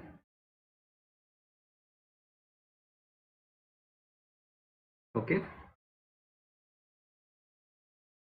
and this distance is under root L square plus R square, ठीक है। और ये एंगल हमारा हो जाता है थीटा। अब let's consider a small section D Q. अब डी क्यू के वजह से पॉइंट पी पे कितना इलेक्ट्रिक फील्ड रहने वाला है, लेट्स कैलकुलेट दैट। तो फिर डी क्यू मान लो छोटा सा सेगमेंट है इस रिंग का जहाँ पे डी क्यू चार्ज यानी कि बहुत छोटा सा चार्ज डिस्ट्रीब्यूट किया गया है। तो फिर डी क्यू की वजह से electric field will be in this direction, okay, यानी कि इस लाइन के अलॉन्ग होगा and it will B outward since positively charge है, ठीक है। अब लेट्स अज्यूम एक डायग्रामेटिकली ऑपोजिट पॉइंट, इस पॉइंट पे मान लो ये डी क्यू टू है, ठीक है, एग्जैक्टली ऑपोजिट पॉइंट है। तो फिर पॉइंट पी पे इस डी क्यू टू के वजह से कितना होगा electric field? This electric field will be directed in this direction, let's say this is E2, ठीक है। E1 is the electric field due to dq1 and E2 is the electric field due to q2, ठीक है। अब let's say this angle is theta and this angle is also theta. अब vertically opposite angle, अगर ये angle theta है तो फिर ये एंगल भी थीटा हुआ, ठीक है, और ये एंगल थीटा है तो फिर ये एंगल भी थीटा हो गया, ठीक है। and this is DE1 या फिर electric field due to DQ1, this is E2 which is electric field due to DQ2, ठीक है। अब नॉर्मल चीज़ है, इस वेक्टर को हमें इसके कंपोनेंट्स में डिवाइड करना है, यानी कि अगर एक वेक्टर है और ये एंगल थीटा है तो फिर इस वेक्टर का कंपोनेंट अलोंग द एंगल होगा E1 cos थीटा एंड इसके परपेंडिकुलर होगा E sin थीटा, ठीक है। यानी कि DE1 को हम लोग डिवाइड करेंगे into DE1 cos theta and DE1 sin theta, वैसे DE2 को डिवाइड करेंगे E2 cos theta and DE2 sin theta. अब देखो E1 sin theta and E2 sin theta exactly opposite है, एक नीचे है तो एक ऊपर है, दोनों का मैग्नीट्यूड भी सेम है, यानी कि ये एक दूसरे को कैंसिल आउट कर देंगे, बचेगा क्या DE2 cos theta and E1 cos theta, यानी कि DQ का सिर्फ E cos थीटा वाला कॉम्पोनेंट ही कॉन्ट्रीब्यूट कर रहा है इलेक्ट्रिक फील्ड में। अब क्या करना है, अब डेरिवेशन हो गया, बस नॉर्मल मैथ अप्लाई करना है। इस छोटे से चार्ज की वजह से हम लोग इलेक्ट्रिक फील्ड यहाँ पे कैलकुलेट करेंगे, उसको इंटीग्रेट कर लेंगे फुल रिंग के लिए, हो गया फॉर्मूला, ठीक है। अब मैंने स्टार्ट में एक चीज़ बताया था, वो था लीनियर चार्ज डेंसिटी, जो कि होता है Q divided by L which is charge divided by length, ठीक है। यानी कि अगर मैं DQ यानी छोटे चार्ज को ले लूँ तो lambda is equal to DQ by DL, यानी कि छोटा सा चार्ज डिवाइडेड बाई छोटा सा लेंथ, तो फिर DQ is equal to lambda DL, इसको बस रीअरेंज कर दिया है, ठीक है। तो this is the linear charge density. अब DE1 sin theta and DE2 sin theta cancel out each other, जो कि मैंने डायग्राम में एक्सप्लेन कर दिया। अब DE1 का वैल्यू कितना होगा, इलेक्ट्रिक फील्ड का वैल्यू क्या होता है KQ बाई आर स्क्वायर, ठीक है। Q क्या है DQ1, जो कि छोटा सा चार्ज है DQ, तो DQ यहाँ पे सब्स्टिट्यूट हो जाएगा और R square will be this distance, ये वाला डिस्टेंस, क्योंकि यहाँ से लेके यहाँ तक ये डिस्टेंस हमें कंसिडर करना है। तो इस डिस्टेंस को सब्स्टिट्यूट करो और स्क्वायर कर दो, बस हो गया। इसके बाद बस छोटा सा ही है, ठीक है। DE1 हमने कैलकुलेट कर लिया, वैसे ही DE2 भी कैलकुलेट कर लेते, जो कि होगा सेम मैग्नीट्यूड, ठीक है। अब देखो, अब मैंने प्रूव तो कर दिया था कि सिर्फ D cos थीटा ही कंट्रीब्यूट कर रहा है इलेक्ट्रिक फील्ड में। अब cos थीटा को बस इंटीग्रेट कर दो स्टार्टिंग से लेके पूरे रिंग के लिए, तो फिर देखो since only E cos theta contributes, hence E net या फिर net electric field will B integral of E cos theta, okay, from 0 to 2 pi r, ठीक है। अब E का वैल्यू हमने यहाँ पे कैलकुलेट किया था, इसको बस इधर सब्स्टिट्यूट कर दो और cos थीटा कितना होगा डायग्राम में देखो, रुको मैं दिखा देता हूँ। ये हमारा ट्राइंगल है, ठीक है, और ये एंगल थीटा है और ये r है and this is L and this is under root L square plus R square, ठीक है। तो cos थीटा क्या होगा, बेस बाय हाइपोटेन्यूज, बेस क्या है L और हाइपोटेन्यूज है under root L square plus R square, यानी कि cos theta is L divided by under root L square plus R square, ठीक है। तो यहाँ से बस cos थीटा को सब्स्टिट्यूट कर दो, यानी कि ये पूरा टर्म यहाँ पे सब्स्टिट्यूट हो जाएगा और बस इसे इंटीग्रेट करना है। इंटीग्रेशन के पहले जो कांस्टेंट टर्म्स है उनको बाहर ले लो, जैसे कि k एक कांस्टेंट है तो ये बाहर हो जाएगा, under root L square plus R square भी कांस्टेंट है तो बाहर हो जाएगा, cos थीटा भी कांस्टेंट है तो बाहर हो जाएगा, सिर्फ DQ हमारा वेरिएबल रहने वाला है, क्योंकि रिंग यहाँ पे DQ होगा, जब हम यहाँ से यहाँ जाएंगे तो इतना चार्ज कवर हो जाएगा, यानी कि चार्ज बढ़ते जा रहा है, तो फिर DQ का इंटीग्रेशन करना है, बस उतना ही, यानी कि कांस्टेंट टर्म को बाहर लो और इंटीग्रल कर दो। DQ कितना है, DQ हमने कैलकुलेट किया था इधर लैम्डा DL को सब्स्टिट्यूट कर दो इधर, k cos theta divided by under root L square plus R square integral lambda DL, lambda भी एक कांस्टेंट है तो इसको बाहर ले लो, बचेगा DL का इंटीग्रल, DL का इंटीग्रेशन यानी कि इस पूरे रिंग का इंटीग्रेशन, ठीक है। इस पूरे रिंग का इंटीग्रेशन क्या होगा, इस रिंग का सर्कमफ्रेंस कितना होता है 2 pi r, बस हो गया डेरिवेशन, 2 pi r को इधर सब्स्टिट्यूट कर दो और हो गया डेरिवेशन। ये cos थीटा को भी आप सब्स्टिट्यूट कर दोगे, जो कि होता है L divided by under root L square plus R square, final formula आ जाएगा k lambda L into 2 pi r divided by under root L square plus R square to the power 3/2, ठीक है। अब या तो आप इसको याद रख लो या फिर इसको याद रख लो या फिर डेरिवेशन को याद रख लो, सबसे ईजिएस्ट फॉर्मूला इस फॉर्मूला को याद रखो, डेरिवेशन बस समझ लो, ठीक है। ताकि मान लो कभी आप भूल जाओगे तो डेरिवेशन तो आपको याद रहेगा ना, मतलब आप अगर समझ गए डेरिवेशन अच्छे से तो फिर आपको याद रहेगा। एक सबसे important point, at the centre electric field is zero and for maximum electric field it is at a distance of R by root two. यानी कि रिंग से जब हम आर बाई रूट टू के डिस्टेंस राइट पे जाएंगे तो यहाँ पे मैक्सिमम इलेक्ट्रिक फील्ड होगा। मान लो हम लेफ्ट में जाएंगे आर बाई रूट टू के डिस्टेंस पे तो भी हमें मैक्सिमम इलेक्ट्रिक फील्ड मिलेगा। ठीक है, बस इतना ही था। डेरिवेशन इंपॉर्टेंट नहीं है, याद नहीं रखना है डेरिवेशन, फाइनल फॉर्मूला याद रखना है। ठीक है, डेरिवेशन समझ में आ गया तो अच्छी चीज़ है।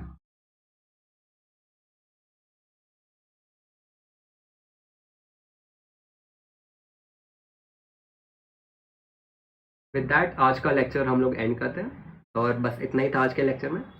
ये एक डेरिवेशन था जो मैं आपको बताना चाहता था। तो इस डेरिवेशन के साथ आज का लेक्चर ख़त्म होता है।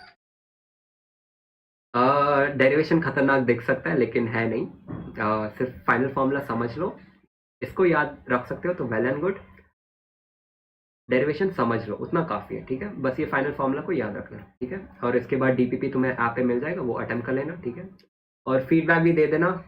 ठीक है, फीडबैक दे दो, वीडियो कैसा था, मेरा टीचिंग मेथड अच्छा लगा, समझ में आया, मैं अच्छे से ईच एंड एवरी पॉइंट को एक्सप्लेन किया। जब हाई स्टैंडर्ड पे जाना था मैंने हाई पॉइंट पे एक्सप्लेन किया, जब लोअर स्टैंडर्ड पे बेसिक समझाना था मैंने बेसिक भी एक्सप्लेन किया। ठीक है, तो विद दैट हम लोग ख़त्म करते हैं आज का लेक्चर। तो मिलते हैं संडे को नेक्स्ट पार्ट में। ठीक है, बाय गाइस, बाय।